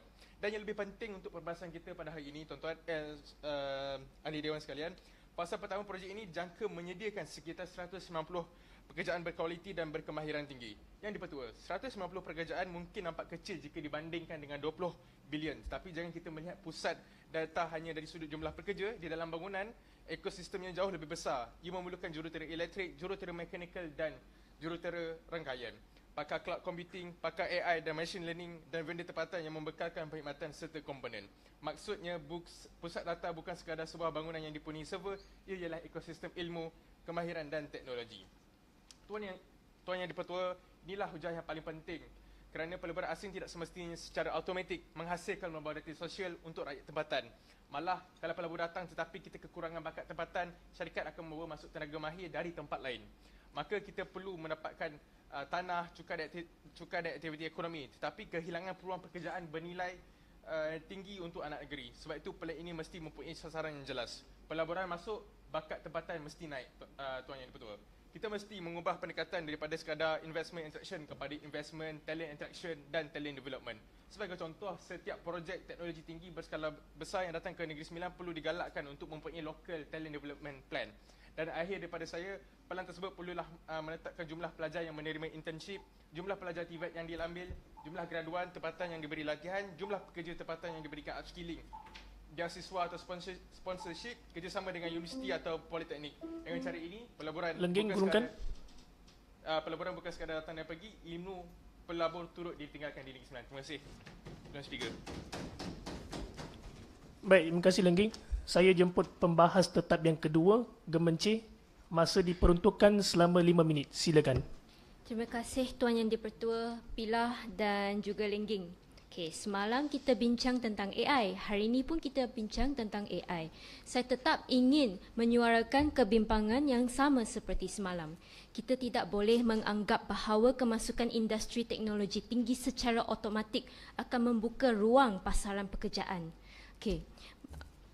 Seperti yang dikatakan oleh Pilah tadi, ruang pekerjaan kita dia juga mencipta pekerjaan baru tetapi juga mengubah struktur pekerjaan yang sedia ada. Ini juga secara tidak langsungnya meningkatkan risiko gangguan kepada pekerjaan-pekerjaan tertentu. Okey. Ini bermakna kerajaan mesti bersedia sebelum perubahan berlaku secara besar-besaran. Tuan Yang Dipertua, kita juga melihat syarikat teknologi dan kewangan di negara maju menggunakan AI untuk meningkatkan produktiviti dengan pasukan yang lebih kecil. Dengan izin Tuan Speaker, saya membaca sedikit teks berita dari Business Insider dalam bahasa Inggeris. Okey. Dengan izin. AI is contributing to fewer required roles in areas like engineering and customer support, while also prompting firms to eliminate middle management layers. Other sectors such as retail, finance, and manufacturing are also reshaping their workforces in alignment with digital transformation and cost-cutting needs. Notably, the World Economic Forum projected that 41% of global businesses expect to reduce workforces due to AI within 5 years. Jadi saya ingin bertanya, jika negara yang sudah mempunyai ekosistem teknologi matang pun sedang menghadapi perubahan struktur pekerjaan, apakah jaminan bahawa rakyat dan belia Negeri Sembilan akan mendapat manfaat secara terus-menerus? Sebab itu saya menyokong pelan strategik ini dengan syarat kita mesti memahami sifat industri pusat data. Pusat data memerlukan modal yang sangat besar tetapi tidak semestinya menyediakan jumlah pekerjaan yang besar seperti industri pembuatan tradisional. Sebuah pusat data bernilai berbilion ringgit tidak bermaksud beribu-ribu anak Negeri Sembilan akan mendapat pekerjaan. Kebanyakan jawatan memerlukan perkhidmatan khusus, memerlukan kemahiran khusus seperti pengkomputeran awan, keselamatan cyber, analisis data. Tapi persoalannya, berapa lama tempoh melatih tenaga pekerja seperti ini? Adakah selari dengan peredaran masa? Kalau pusat data dibina di Negeri Sembilan tetapi juruterennya datang dari luar negara, pakar keselamatan cybernya datang dari luar negara, dan syarikat tempatan tidak masuk dalam rantaian bekalan, maka kita hanya mempunyai infrastruktur teknologi tanpa ekosistem bakat tempatan. Tuan Yang Dipertua, ahli-ahli Dewan sekalian, kita jangan terlalu fokus kepada AI sehingga melupakan kemahiran manusia. Kita mahu rakyat yang mempunyai pemikiran kritikal, anak muda yang kreatif dan mampu menyelesaikan masalah. Sebab itu saya mencadangkan supaya pelan ini mempunyai KPI yang jelas dan juga boleh diukur secara terus-menerus. Salah satu cadangan saya adalah kita KPI berapa banyak syarikat tempatan masuk dalam rantaian bekalan industri teknologi, dan yang paling penting, berapa ramai pekerja berjaya meningkatkan kemahiran sebelum pekerjaan mereka terjejas oleh otomasi. Akhirnya Tuan Yang Dipertua, kebimbangan saya adalah risiko-risiko yang kita tidak kelihatan pada masa sekarang ini. Kita perlu menentukan siapa yang mendapat manfaat daripada teknologi itu. Kita tidak mahu negeri kita hanya menjadi tapak data untuk negara luar. Kita mahu negeri Sembilan menjadi tempat bakat dibina, ilmu berkembang, pekerjaan bernilai tinggi diwujudkan dan anak tempatan mendapat manfaat. Kita perlu mengakui risiko-risiko dan memilih untuk mempersiapkan rakyat menghadapinya. Dengan syarat plan ini mempunyai KPI dan juga pemantauan yang dengan syarat plan ini mempunyai KPI yang jelas dan pemantauan yang terus-menerus yang benar-benar memberi manfaat kepada rakyat Negeri Sembilan. Saya menyokong usul ini. Sekian, terima kasih. Baik, terima kasih Gemenci. Tuan Speaker boleh mohon tambahan Silakan. Baik, terima kasih. Satu usul yang saya kira sangat menarik dan baik untuk mempertahankan dan mengangkat martabat sistem adat pepatih Negeri Sembilan. Baik, tanpa membazir masa, saya menjemput pembahas tetap yang pertama, Gemenci. Masa diperuntukkan selama 5 minit saja. Silakan. Terima kasih Tuan Yang di-Pertua. Okey, terima kasih Bukit Kebayang. Pandangan saya, saya bangun untuk mengambil pendirian yang sedikit berbeza daripada pencadang usul, lebih kurang sama dengan apa yang dikatakan oleh Temyang. Tapi saya ingin menegaskan bahawa saya bukan membangkang usaha memelihara adat perpatih, namun saya membangkang keperluan membawa satu lagi pelan tindakan yang berisiko mengulangi perkara yang telah lama dilaksanakan oleh institusi sedia ada. Persoalan utama saya kepada pencadang usul ialah bagaimana dengan usaha universiti-universiti yang selama ini telah menjalankan penyelidikan, penerbitan akademik, seminar, forum dan juga dokumentasi berkaitan adat perpatih. Ahli Dewan sekalian, kita mempunyai institusi pengajian tinggi yang telah lama memainkan peranan dalam memelihara ilmu berkaitan adat perpatih. Sebagai contoh, Universiti Kebangsaan Malaysia sendiri telah menghasilkan kajian berkaitan adat perpatih, termasuk kajian yang melibatkan 326 responden pelajar IPT bagi meneliti kefahaman berkaitan harta pusaka dalam adat perpatih. Kajian-kajian ini seperti ini diberikan akses sepenuhnya secara digital dalam laman web universiti.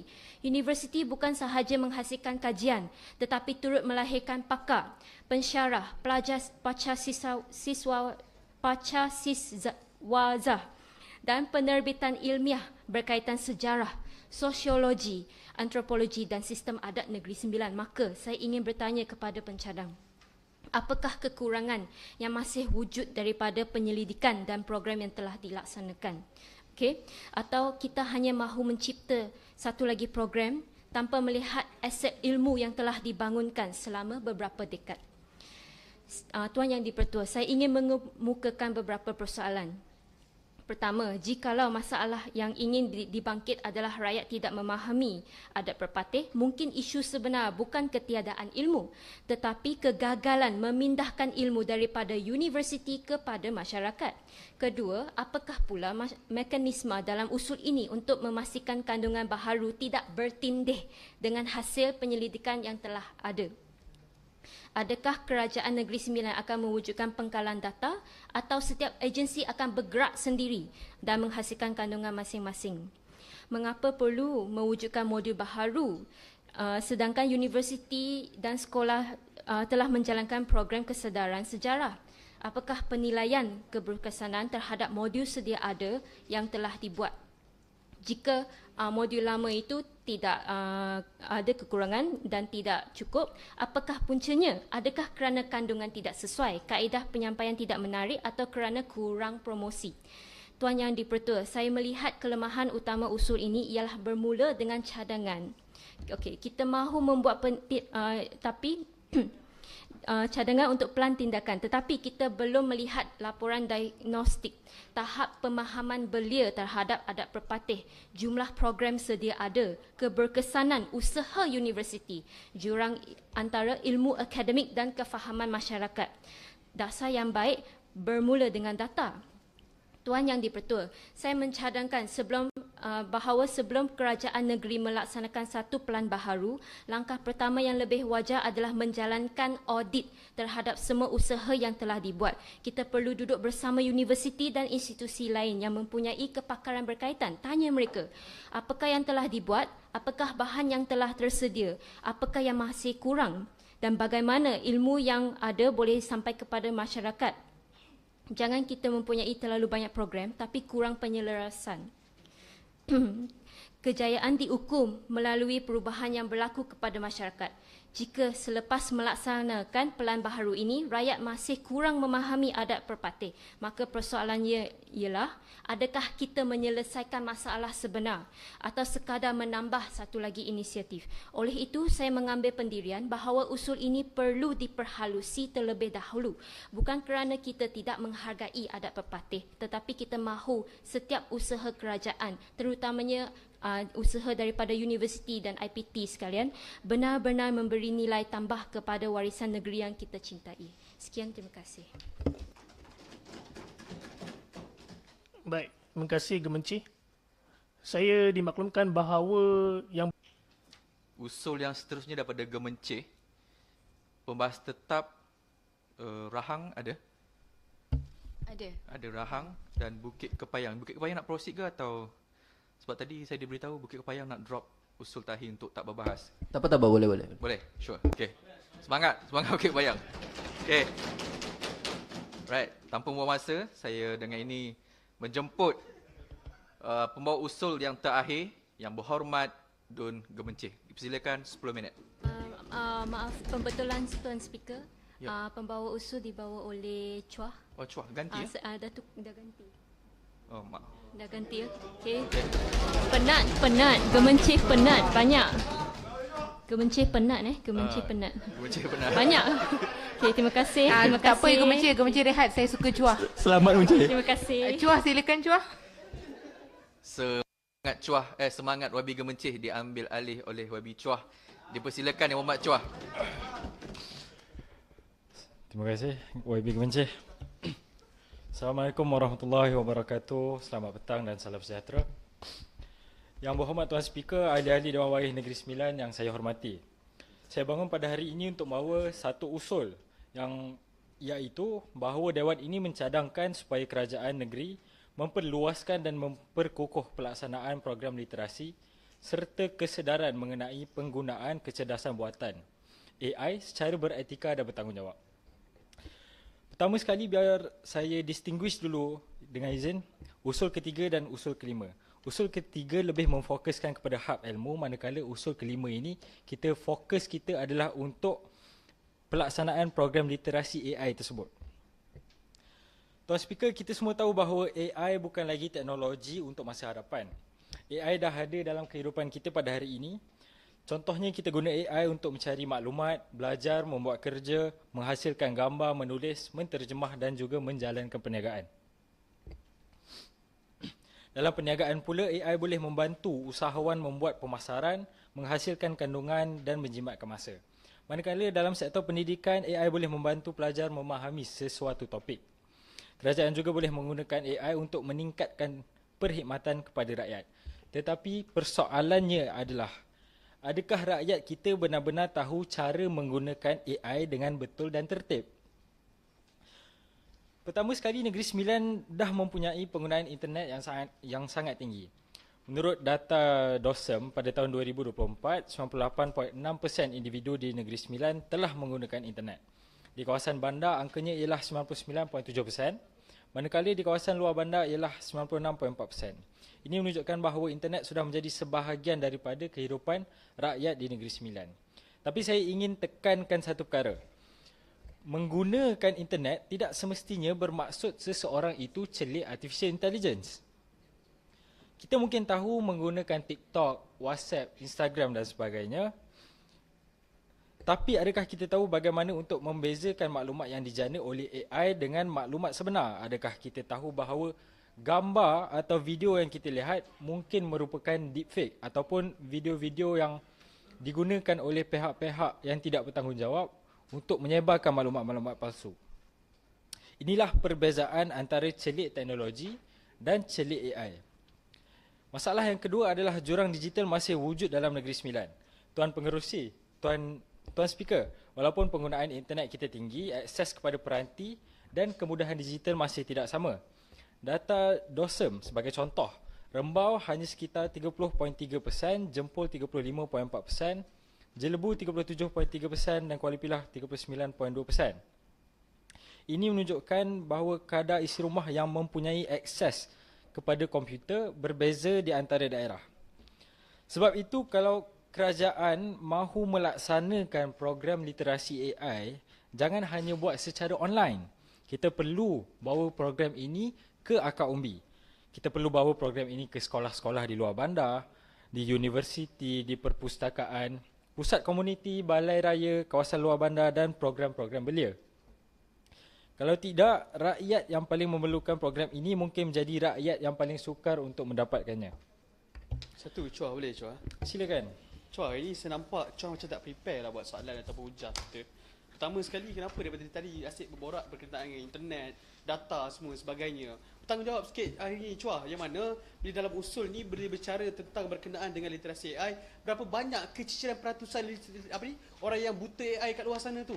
Bukti kan, daripada tadi asyik cakap pasal internet, kadar orang kata jurang luar bandar semua dan sebagainya. Itu pertama. Kedua, golongan mana yang paling tercicir? Itu yang kita nak tengok tu. Kalau mak bapak kita orang tua-tua ni yang tercicir, macam mana pendekatan kita nak bawa? Perlu lebih jelas kat situ Chua. Dan yang paling akhir sekali Chua, sedar ataupun tidak nak ambil projek persekutuan ke Chua? Sebab kita perlu tahu Chua, perkara ini bukan perkara biasa, bukan perkara yang orang kata Sabar, tak ada. Ada di Artificial Intelligence and Governance and Ethics, AIGE, dah pun keluar kan. Tak cukup dengan tu, Talent and Awareness dekat Malaysia, National AI Office, NAYO pun dah buat garis panduan untuk kita celik AI ni Chua. Dia saya mohon untuk Chua respon lah. Speaker, 1 minit speaker. Sebentar. Chua bagi laluan. Silakan. Okey, sebentar. Terima kasih speaker, terima kasih Chua. Pilah. Chua. Chua ambil poin cenah, ambil poin pilah, jawab ketika menggulung. Baik, terima kasih. Chua, sedikit tambahan. Sekarang ni Chua, kalau Chua tahu kita sudah ada AI Nadi di 62 pusat seluruh negeri sembilan untuk meningkatkan kemahiran digital dalam literasi AI di pihak komuniti. Yang kedua tadi, saya tertarik dengan Chua apabila Chua kata kita nak berikan orang kata literasi, kematangan ni sebagainya kepada rakyat. Bagi saya, term rakyat tu terlampau luas. Kalau rakyat, adakah semua rakyat? Adakah cikgu? Adakah pelajar? Adakah peniaga kecil? Adakah warga emas? Adakah sebagainya? Setiap kumpulan itu kita tahu pendekatannya memerlukan cara yang berbeza. Dan cakap hari ini AI literasi untuk sekolah, untuk pelajar sekolah berbeza dengan kita nak memberikan AI literasi kepada warga emas ataupun kepada peniaga-peniaga kecil. Jadi saya mohon untuk perhalusi berkenaan dengan konteks ini. Terima kasih. Terima kasih YB Cenah dan YB Pilah. Saya akan jawab suatu penggulungan. Masalah keempat kita comel lah Chua. Tapi saya serius ya. Masalah keempat, macam yang YB Pilah cakap tadi. Kita sebenarnya, YB Pilah dan YB Cenah, kita sebenarnya dah ada asas di Negeri Sembilan. Saya tak mengatakan bahawa kerajaan persekutuan tak melakukan apa-apa. Sebenarnya dah ada beberapa usaha yang baik. Sebagai contoh, pada tahun 2025, UiTM Negeri Sembilan, kampus Remau telah menjalankan program literasi digital di SK Sawah Raja Kota. Program tersebut melibatkan 36 orang murid. Murid-murid didedahkan kepada perkara seperti penggunaan teknologi secara bertanggungjawab dan sebagainya. Ini saya baru nak masuk langkah-langkah. Cadangan saya ingin mencadangkan beberapa perkara. Yang pertama sekali, kerajaan perlu mewujudkan pelan induk literasi AI Negeri Sembilan. Pelan ini boleh menyelaraskan program AI untuk sekolah, universiti, belia, perusahaan mikro, kecil dan sederhana, penjawat awam dan masyarakat umum. Kita tak mahu setiap pihak menjalankan program secara berasingan tanpa hala tuju yang jelas. Yang kedua, program AI perlu mempunyai tahap pembelajaran yang berperingkat. Pilah, fokus Pilah. Program AI mempunyai tahap pembelajaran yang berperingkat. Bukan semua orang memerlukan tahap AI yang sama. Pelajar sekolah mungkin perlukan asas, pelajar universiti mungkin perlukan kemahiran yang lebih tinggi. Perusahaan mikro kecil sederhana pula perlukan AI untuk perniagaan, penjawat awam mungkin perlukan AI untuk meningkatkan produktiviti. Maka di sini latihan-latihan yang akan diprovidekan dengan izin adalah bersesuaian dengan setiap kategori-kategori masyarakat. Cadangan yang ketiga adalah kerajaan perlu memberi perhatian khusus kepada kawasan luar bandar. Program jangan hanya diadakan di Seremban atau kawasan bandar, bawa program-program ini ke kawasan luar bandar, ke Rembau, Jempol, Jelbu, Kuala Pilah, Tampin dan sebagainya. Kita perlu pastikan tiada rakyat Negeri Sembilan yang tertinggal dalam perkembangan AI. Yang keempat, literasi AI perlu dimasukkan bersama dengan keselamatan cyber, pemikiran kritis, privasi dan etika. Kita tak mahu melahirkan rakyat yang hanya pandai menggunakan AI, kita mahu melahirkan rakyat yang tahu bila dan bagaimana AI patut digunakan. Chua banyak lagi ke poin? Sikit lagi. 2 minit mencukupi? mencukupi. Terima kasih Tuan Speaker. Yang kelima, kerajaan perlu menjalankan program khusus untuk perusahaan mikro, kecil dan sederhana. Dan yang keenam, kita perlu mempunyai sistem untuk mengukur keberkesanan program. Tuan Speaker, AI bukan musuh kita, AI juga bukan sesuatu yang perlu kita takutkan. Tetapi AI adalah satu alat yang kita harus pandai menggunakan. Seperti pisau, ia boleh digunakan untuk membantu kita memotong sayur dan sebagainya, tetapi kalau digunakan dengan cara yang salah, ia juga boleh membawa masalah.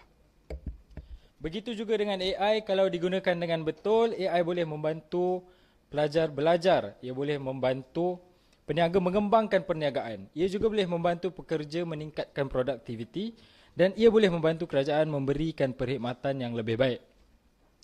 Tanpa ilmu dan kesedaran, AI juga boleh digunakan untuk menyebarkan berita-berita palsu, melakukan penipuan, menghasilkan deepfake dan melanggar privasi orang lain.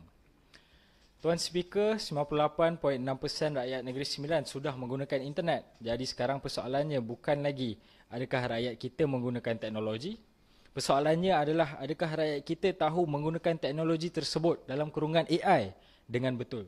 Dan lebih penting lagi, adakah rakyat kita bersedia menghadapi dunia yang semakin dipengaruhi oleh AI. Saya percaya jawapannya perlu dimulakan dengan pendidikan, literasi dan kesedaran. Kita tak mahu rakyat di Negeri Sembilan hanya menjadi negeri yang mempunyai rakyat yang menggunakan AI. Kita mahu Negeri Sembilan menjadi negeri yang mempunyai rakyat yang celik AI, bijak menggunakan AI dan paling penting, bertanggungjawab dalam menggunakan AI. Oleh itu, saya menyeru agar Sidang Belia Negeri Sembilan menyokong usul ini. Terima kasih. Terima kasih Yang Berhormat Chua. Baik, tanpa melengahkan masa, saya menjemput pembahas tetap pertama Yang Berhormat Rahang dengan tempoh masa 5 minit diberikan. Baiklah, bismillahirrahmanirrahim. Assalamualaikum warahmatullahi wabarakatuh dan salam sejahtera. Tuan Dipertua Dewan serta Ahli Dewan yang dihormati sekalian, saya berdiri pada hari ini untuk menyatakan sokongan terhadap usul yang telah dibawa oleh Cuah tadi berkaitan usaha memperluaskan dan juga memperkukuh program literasi serta kesedaran mengenal penggunaan kecerdasan buatan atau artificial intelligence secara beretika dan juga bertanggungjawab. Saya menyokong usul ini kerana saya melihat AI mempunyai banyak manfaat kepada masyarakat dalam bidang pendidikan misalnya. AI boleh membantu pelajar mendapatkan maklumat dan menyokong proses pembelajaran dalam bidang perniagaan pula. Teknologi ini boleh membantu usahawan kecil meningkatkan kecekapan dan memperluaskan pasaran. Namun, pada masa yang sama, kita tidak boleh menafikan bahawa artificial intelligence ini dengan izin Dipertua turut membawa risiko seperti penyebaran berita palsu, penipuan dalam talian, manipulasi maklumat dan juga penciptaan kandungan palsu dan juga deepfake dengan izin Dipertua. Sebab itulah saya berpandangan bahawa literasi AI perlu berjalan seiring dengan perkembangan teknologi. Saya bersetuju dengan cadangan pihak pembentang ataupun daripada Cuah supaya program literasi AI tidak hanya diberikan kepada pelajar tetapi turut melibatkan pekerja, warga emas, usahawan kecil dan juga komuniti luar bandar. Namun begitu, saya ingin memohon Cuah untuk memperhalusi beberapa perkara. Yang pertama adalah apakah bentuk sebenar program literasi AI yang ingin diperluaskan? Kerana pada pendapat saya, program ini tidak seharusnya hanya mengajar rakyat menggunakan aplikasi AI. Rakyat juga perlu diajar bagaimana untuk menyemak kesahihan maklumat, menjaga privasi, memahami hak cipta dan pada masa yang sama mengenal pasti kandungan palsu. Kedua, saya ingin Cuah untuk menjelaskan bagaimana program ini akan disesuaikan mengikut kumpulan sasaran. Keperluan seorang pelajar sudah tentu saya rasa berbeza dengan keperluan seorang usahawan kecil atau warga emas. Jadi, adakah kerajaan negeri akan menyediakan model yang berbeza mengikut keperluan setiap kumpulan? Baiklah Tuan Dipertua serta Ahli Dewan sekalian, ketiga saya ingin menyentuh perkataan memperluaskan dalam usul ini.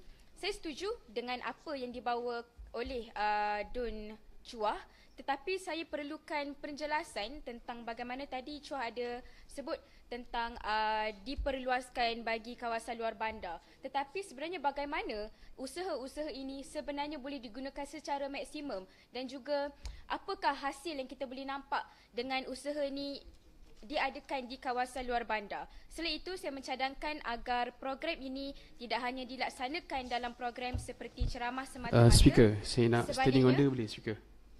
Standing order. Perkara berapa tu? Okay. Perkara persidangan, perkara 8, Speaker. Kecuali saya minta petua daripada Speaker lah muka surat 4. Kecuali jika persidangan ini mengeluarkan perintah lain, hendaklah dimulakan semula pada pukul 2 petang sehingga pukul 5.30 petang, Speaker. Dan sekarang dah pukul 5.38, saya minta petua daripada Speaker jika ada perintah lain mengenai persidangan. Baik, terima kasih Yang Berhormat Cenah atas petua Speaker by convention. Jika saya mengikut juga tata cara di Parlimen, kita tidak akan tangguhkan sidang Dewan selagi tidak habis usul yang harus dibahas dan diputuskan pada hari sidang tersebut. Cenah nak balik. Walaupun harus habis pada pukul 5.30 petang, tapi tadi kita lunch, kita drag sampai 2.30. So kita mungkin boleh kekal committed. Cenah lapar ke? Sampai Cenah lapar ke? Baik. Terima kasih Speaker di atas petua. Saya minta petua semua. Saya pun tak menghalang. Tak apa, Cenah all out. Terima kasih Cenah kerana bangkitkan. Teruskan Yang Berhormat Rahang. Baik, terima kasih. Okey, saya akan sambung. Selain itu, saya mencadangkan agar program ini tidak hanya dilaksanakan dalam program seperti ceramah semata-mata, sebaliknya boleh diwujudkan latihan praktikal, contohnya cara mengenal pasti berita palsu dan juga deepfake dengan izin yang dipertua, cara menggunakan artificial intelligence atau AI dengan izin dalam pembelajaran secara beretika, serta cara melindungi maklumat peribadi. Dan pada akhirnya, saya percaya teknologi yang hebat memerlukan pengguna yang bertanggungjawab. Namun saya berharap pihak Cuah dapat memperhalusi aspek bentuk program, kumpulan sasaran dan juga mekanisme pelaksanaan supaya usul ini bukan sekadar satu cadangan yang baik di atas kertas tetapi benar-benar dapat membentuk masyarakat Negeri Sembilan yang celik AI, beretika dan juga bertanggungjawab. Sekian, terima kasih. Assalamualaikum. Terima kasih Yang Berhormat Rahang kerana menepati masa. Saya jemput Yang Berhormat Bukit Kepayang, 5 minit diberikan. Terima kasih kepada Tuan Speaker atas peluang yang diberikan kepada Bukit Kepayang sebagai pembahas terakhir bagi persidangan kali ini. Untuk terus terlibat dalam usul yang mencadangkan agar Kerajaan Negeri Sembilan memperluaskan dan memperkukuh pelaksanaan program literasi serta kesedaran mengenai penggunaan kecerdasan buatan ataupun artificial intelligence dengan izin secara beretika dan bertanggungjawab. Tuan Speaker, kita kini berada di ambang revolusi industri 4.0 yang dipacu oleh AI. Namun, teknologi tanpa kawalan etika adalah berbahaya seperti kenderaan berkuasa tinggi tanpa brek. Ia akan membawa risiko kemalangan digital yang besar kepada masyarakat, khususnya golongan belia. Jadi dengan adanya literasi etika, ia akan membawa kepada pertama, pencegahan ancaman digital dan jenayah cyber baru. Kita boleh lihat pada zaman ini banyak kes deepfake, penipuan kewangan, penyebaran berita palsu dan sebagainya. Saya boleh buktikan dengan beberapa berita juga. Pertama, kes penipuan deepfake. Rekodnya Januari 2024 hingga Ogos 2024, 8 bulan sahaja. 454 kes deepfake akibatkan kerugian RM2.72 juta. Dan kedua, berita kedua ini. Lebih 35,000 kes penipuan dalam talian dilaporkan pada tahun 2024 membabitkan kerugian kira-kira RM1.58 bilion, manakala 3 bulan pertama 2025 mencatatkan 12,000 kes bernilai RM573.7 juta. Dan saya juga ingin memberitahu kepada ahli-ahli yang Dewan yang mulia ini, selepas saya mengadakan kunjungan hormat ke Pusat Khidmat Rakyat Parlimen Rasa dan dan juga Pusat Khidmat Rakyat Dun Bukit Kepayang, saya diberitahu dan difahamkan bahawa ada juga wujud kes-kes penipuan kewangan yang wujud dan berlaku di Negeri Sembilan, di Seremban, di Bukit Kepayang juga. Dan bukannya 1-2 kes saja, banyak kes. Bukannya beratus-ratus lah, tetapi adanya kalau tak silap 10 hingga 20 kes per tahun direkodkan. Hanya di kawasan Dun Bukit Kepayang lah. Jadi tanpa literasi etika, belia kita, rakyat kita bukan sahaja berisiko menjadi mangsa, malah berpotensi menjadi pelaku secara tidak sengaja. Selain itu, kita juga perlu fokuskan kepada penggunaan AI yang bagi kita dan bagi golongan belia khususnya sangat mustahak. AI menjadi satu trend daripada aspek pembelajaran dan juga pekerjaan.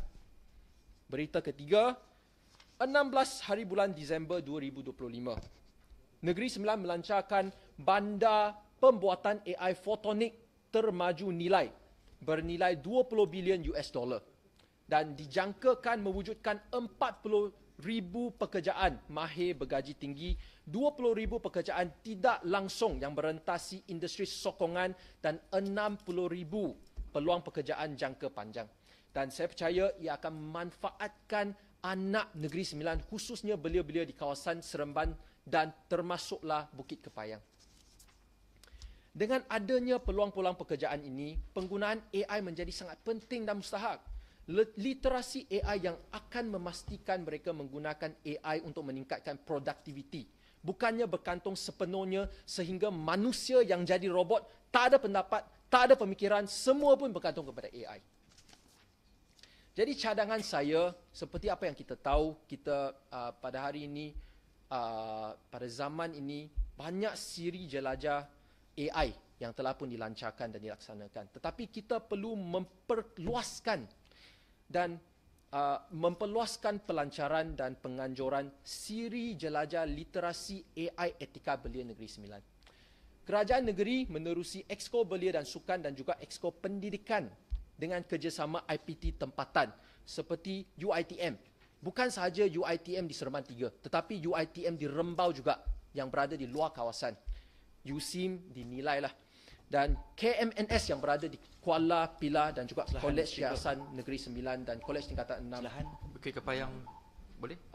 Tak izinkan sebab masa. Boleh minta tambah 2 minit? Saya izinkan.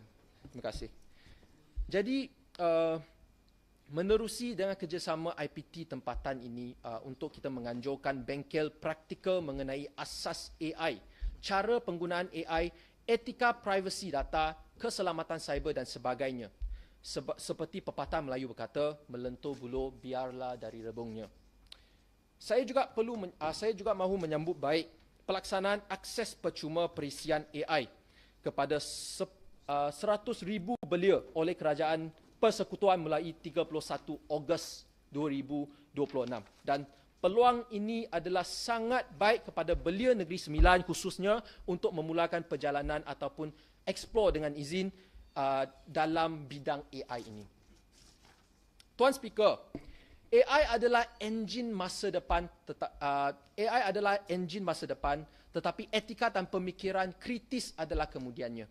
Kerajaan negeri yang baru perlu bertindak proaktif dan kalau boleh teruskan kecemerlangan dan pencapaian kerajaan terdahulu khususnya dalam bidang pelaburan berkualiti dalam bidang AI.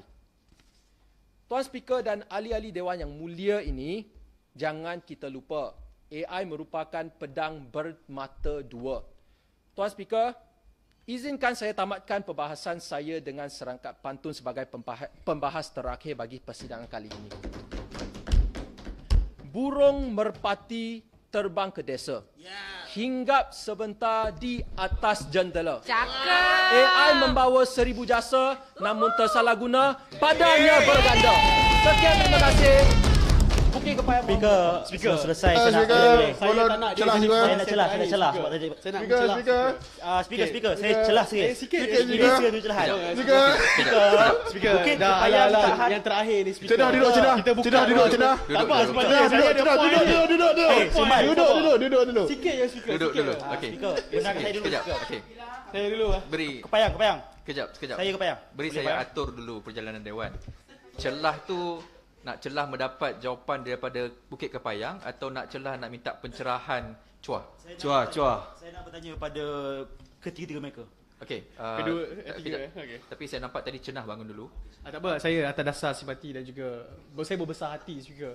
Saya bagilah Pilah daripada tadi dia bangun tadi. Okay. Sebab dia minta Kepayang dia tak dapat tadi. Okay. Lepas Pilah Cenah nak ambil betul. bagi. Saya ambil. Baik. Lepas tu bagilah Semanjaya kalau nak. Okey. Baik, terima kasih. Seorang seminit. Okey, baik. Pilah seminit, Cenah seminit, Semanjaya seminit. Baik, terima kasih speaker, terima kasih Ahli Dewan, terima kasih Bukit Kepayang. Baik, Bukit Kepayang, saya tertarik sebenarnya tadi. Apabila Bukit Kepayang berkata, Bukit Kepayang sendiri mengakui bahawa hari ini dah banyak seri jelajah AI telah dijalankan. Tetapi kalau kita lihat dalam wording ini, sebelum kita nak meluaskan literasi ini, adakah Bukit Kepayang sudah mengetahui kerajaan negeri melakukan audit terhadap program siri jelajah tersebut? Audit tersebut pentingnya kenapa? Kerana kita nak tahu sejauh mana keberkesanan program ini sebelum kita perluaskan. Kenapa? Kalau tak audit, sayang, kita hanya membazirkan kos untuk program yang tak ada kemungkinan. Terima kasih. Speaker, kat tangan saya ni kita ada 7 garis panduan speaker. Nampak garis panduan daripada Malaysia yang mana dia orang kata garis panduan dia tunjukkan kita 7 asas prinsip untuk AI bertanggungjawab. Tapi dalam pada masa yang sama masih ada berlaku Tuan Yang Dipertua. Dan juga kita juga ada di seperti yang saya dah bangkit di Cuah tadi. Kita ada National AI Office Tuan Yang Dipertua. Jadi macam apakah kekurangan mekanisme yang sedia ada ni yang perlu kita tampal. Sebab saya rasa literasi tak guna sebab kita dah ke depan dah sekarang ni. Literasi tu titik mula, bukan destinasi untuk kita capai Tuan Yang Dipertua. Jadi saya kira pada hari ini duduklah Pilah biar saya pula bercakap.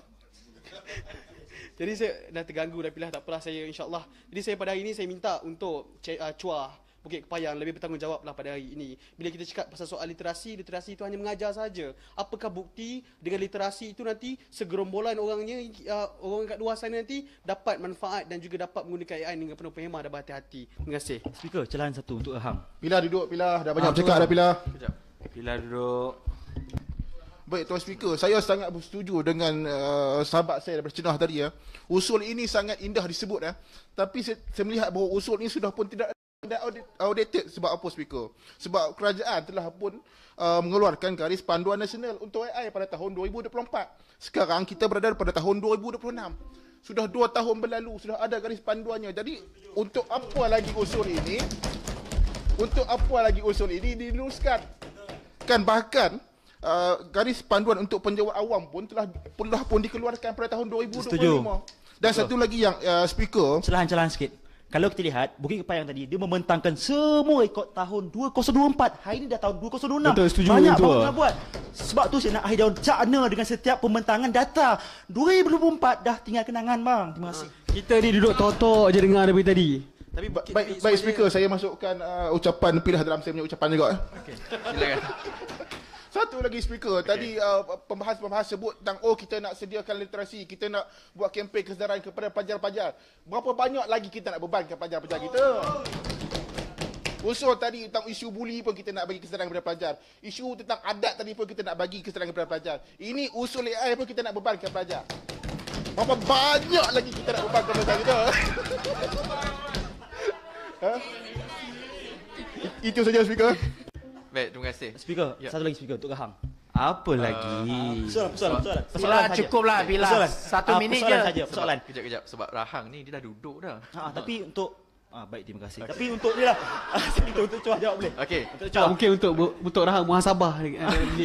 Baik, saya nak tanya, hari ini adakah mereka bertiga ni faham konsep literasi ataupun tidak? Kenapa? Hari ini mereka menekankan berkenaan dengan bagaimana nak menggunakan AI, menggunakan deepfake sebagainya. Kita tidak mengajar semata-mata mereka ini menggunakan bagaimana nak mempergunakan AI tersebut. Tetapi kalau kita boleh mengajar bagaimana kita ni boleh mempersoal jawapan AI, itu lebih bagus untuk kita tekankan. Terima kasih. Baik. Sebelum Yang Berhormat Cuah bangkit untuk menggulung, saya sebenarnya sangat teruja. Sebab kalau macam saya tengok, kalau saya boleh analogikan di sebelah kiri saya ni, kalau di Parlimen Malaysia ada opposition side lah. Speaker, dia boleh sangkaan jahat ke speaker? Tak, saya tak habiskan ayat saya lagi. Bukanlah di sebelah saya ni peranannya untuk membangkang, tetapi peranan mereka lebih kepada semak dan imbang. Sebab itu mereka kata ni dah ada, tu dah ada, dah dibuat, telah pun dibuat. So dia tak nak benda repetitif mungkin pada hemat mereka, dan sebab itulah semak imbang dapat dibuat. Baik, Kamal nak cakap ke? Nak cakap ke? Betul ke? Sebab apa? Belah ni macam Hormat. Saya bersetuju. Bagi chance sikit sama dia. Walaupun speaker cakap begitu, andaian dan sebagainya, betul. Sebab apa, di sebelah sana, walaupun kalau kita cakap mereka dari pihak kerajaan, nampak pihak kerajaan memang selalu tak datang. Tarik balik. Tarik balik. Tarik balik. Buruk tu Sekamat. Tarik balik Sekamat. Kita tak ada kena-mengena. Jelas sangkaan jahat halau je semua. Baik, okey. Dapatan petang ni dah dekat pukul 6. Saya tak nak melengahkan masa. Saya jumput Yang Berhormat Chua 10 minit gulung dan layanlah mereka ni. Good luck Chua. Assalamualaikum warahmatullahi wabarakatuh. YBP lah Cenah Seremban Jaya. Ibarat pembuli ya. Saya sebagai speaker, ni dia mention speaker. Dia mention Cenah, Seremban Jaya dan juga Pilah. Dan saya rasa ruling kalau betul kita asyik beri peluang kepada sangkaan jahat, sampai bila kita melahirkan mereka yang bersedia? Halau speaker, kita kata lain betul lah. Saya minta dia betul. Kita hukum dia, bagi dia 5 minit saja betul. Lepas tu kita suruh dia keluar dewan. Terima kasih. Alah, dia gurau. Nanti dia tarik balik. Dah lupa dah apa sekejap. Sebagai Panglima kepada Bukit Kepayang, Rahang dan saya sendiri, saya ingin menjawab persoalan anda. Yang pertama sekali, persoalan daripada Cenah. Cenah bertanya, kerajaan telah menyediakan pelbagai inisiatif dalam mendidik rakyat supaya lebih celik AI. Namun, memang sudah ada AI untuk rakyat, ada AI governance and ethics, ada program kesedaran dan pembangunan kapasiti. Tetapi kewujudan program tidak bermaksud tugas kita ni dah selesai. Malah lebih 1 juta rakyat telah menamatkan AI untuk rakyat. Tapi persoalan dia, apa selepas itu? Bagi menjawab Seremban Jaya, kita nak membebankan anak-anak murid dengan isu buli, isu AI dan sebagainya. Ilmu tu tak akan pernah habis Seremban Jaya. Kita akan terus belajar sampai ke akhir hayat.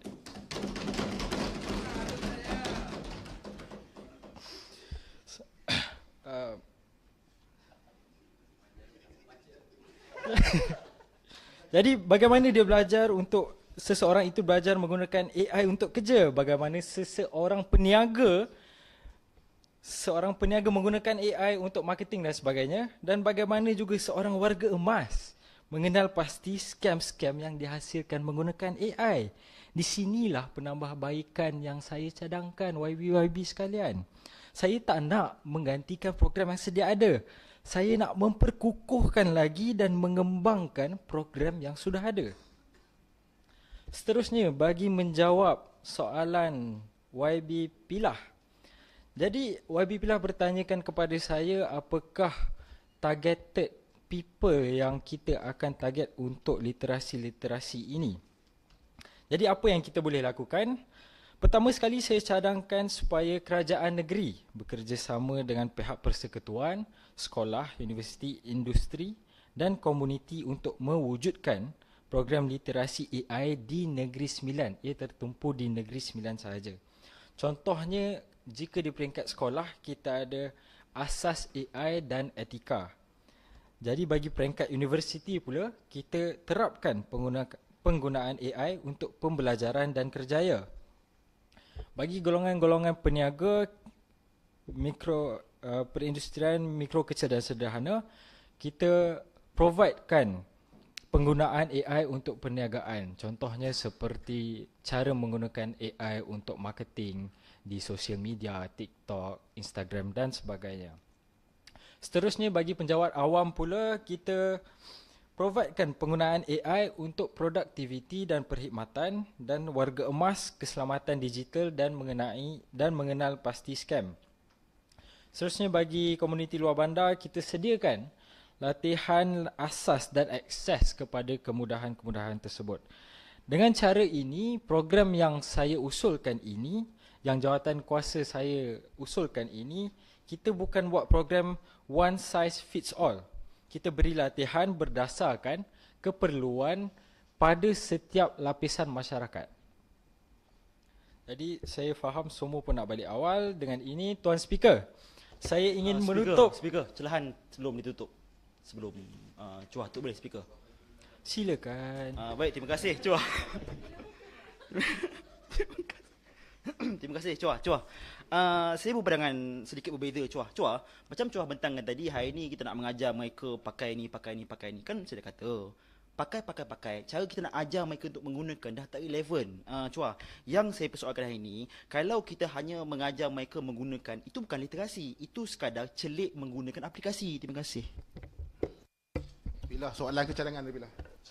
Saya just bantah apa yang kenyataan tersebutlah. Sebab apa saya tak setuju kalau kita kata hari ini kita nak mengukuhkan tetapi kita provide apa reason, kita mencadangkan supaya kita mengajar petani ni menggunakan ni, kita mengajar rakyat menggunakan ni. Mengajar itu tersebut hari ini saya rasa akses dah luas, tetapi hari ini lebih kita fokuskan sebagai contoh. Kita mengajak hari ini bagaimana kita boleh mempersoalkan jawapan AI. Itu lebih penting, itu lebih deep untuk kita nak kukuhkan lagi. Kalau kita masih lagi nak mengajar, itu bukan kukuh, kita implement cara-cara yang lama. Terima kasih.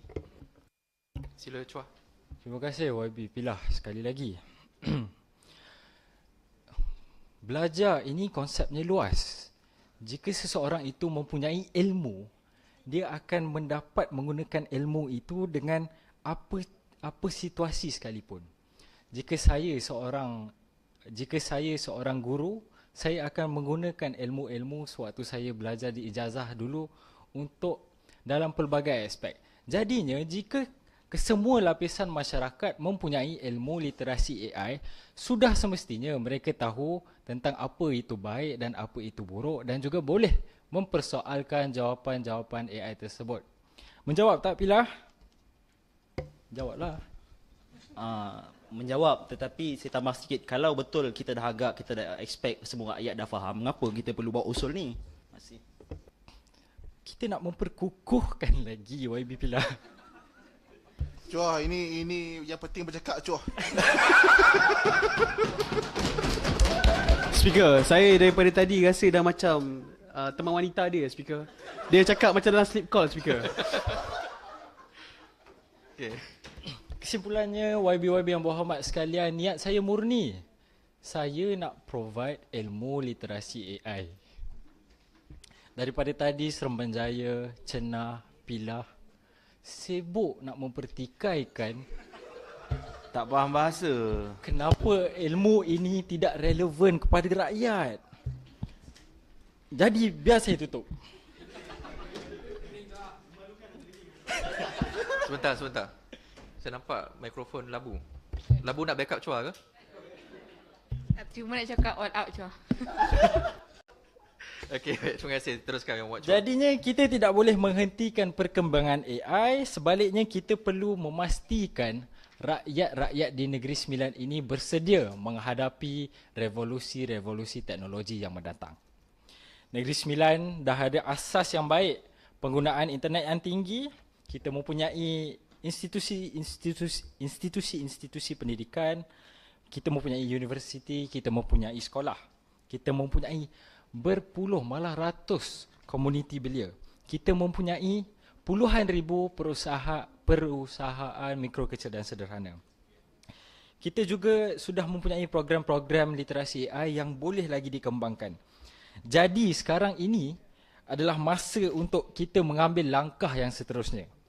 Daripada rakyat tahu apa itu AI, kepada rakyat tahu menggunakan AI dan juga rakyat tahu menilai jawapan-jawapan AI. Akhirnya, rakyat tahu menggunakan AI secara selamat, beretika dan bertanggungjawab. Tuan Speaker, AI akan membentuk masa depan kita.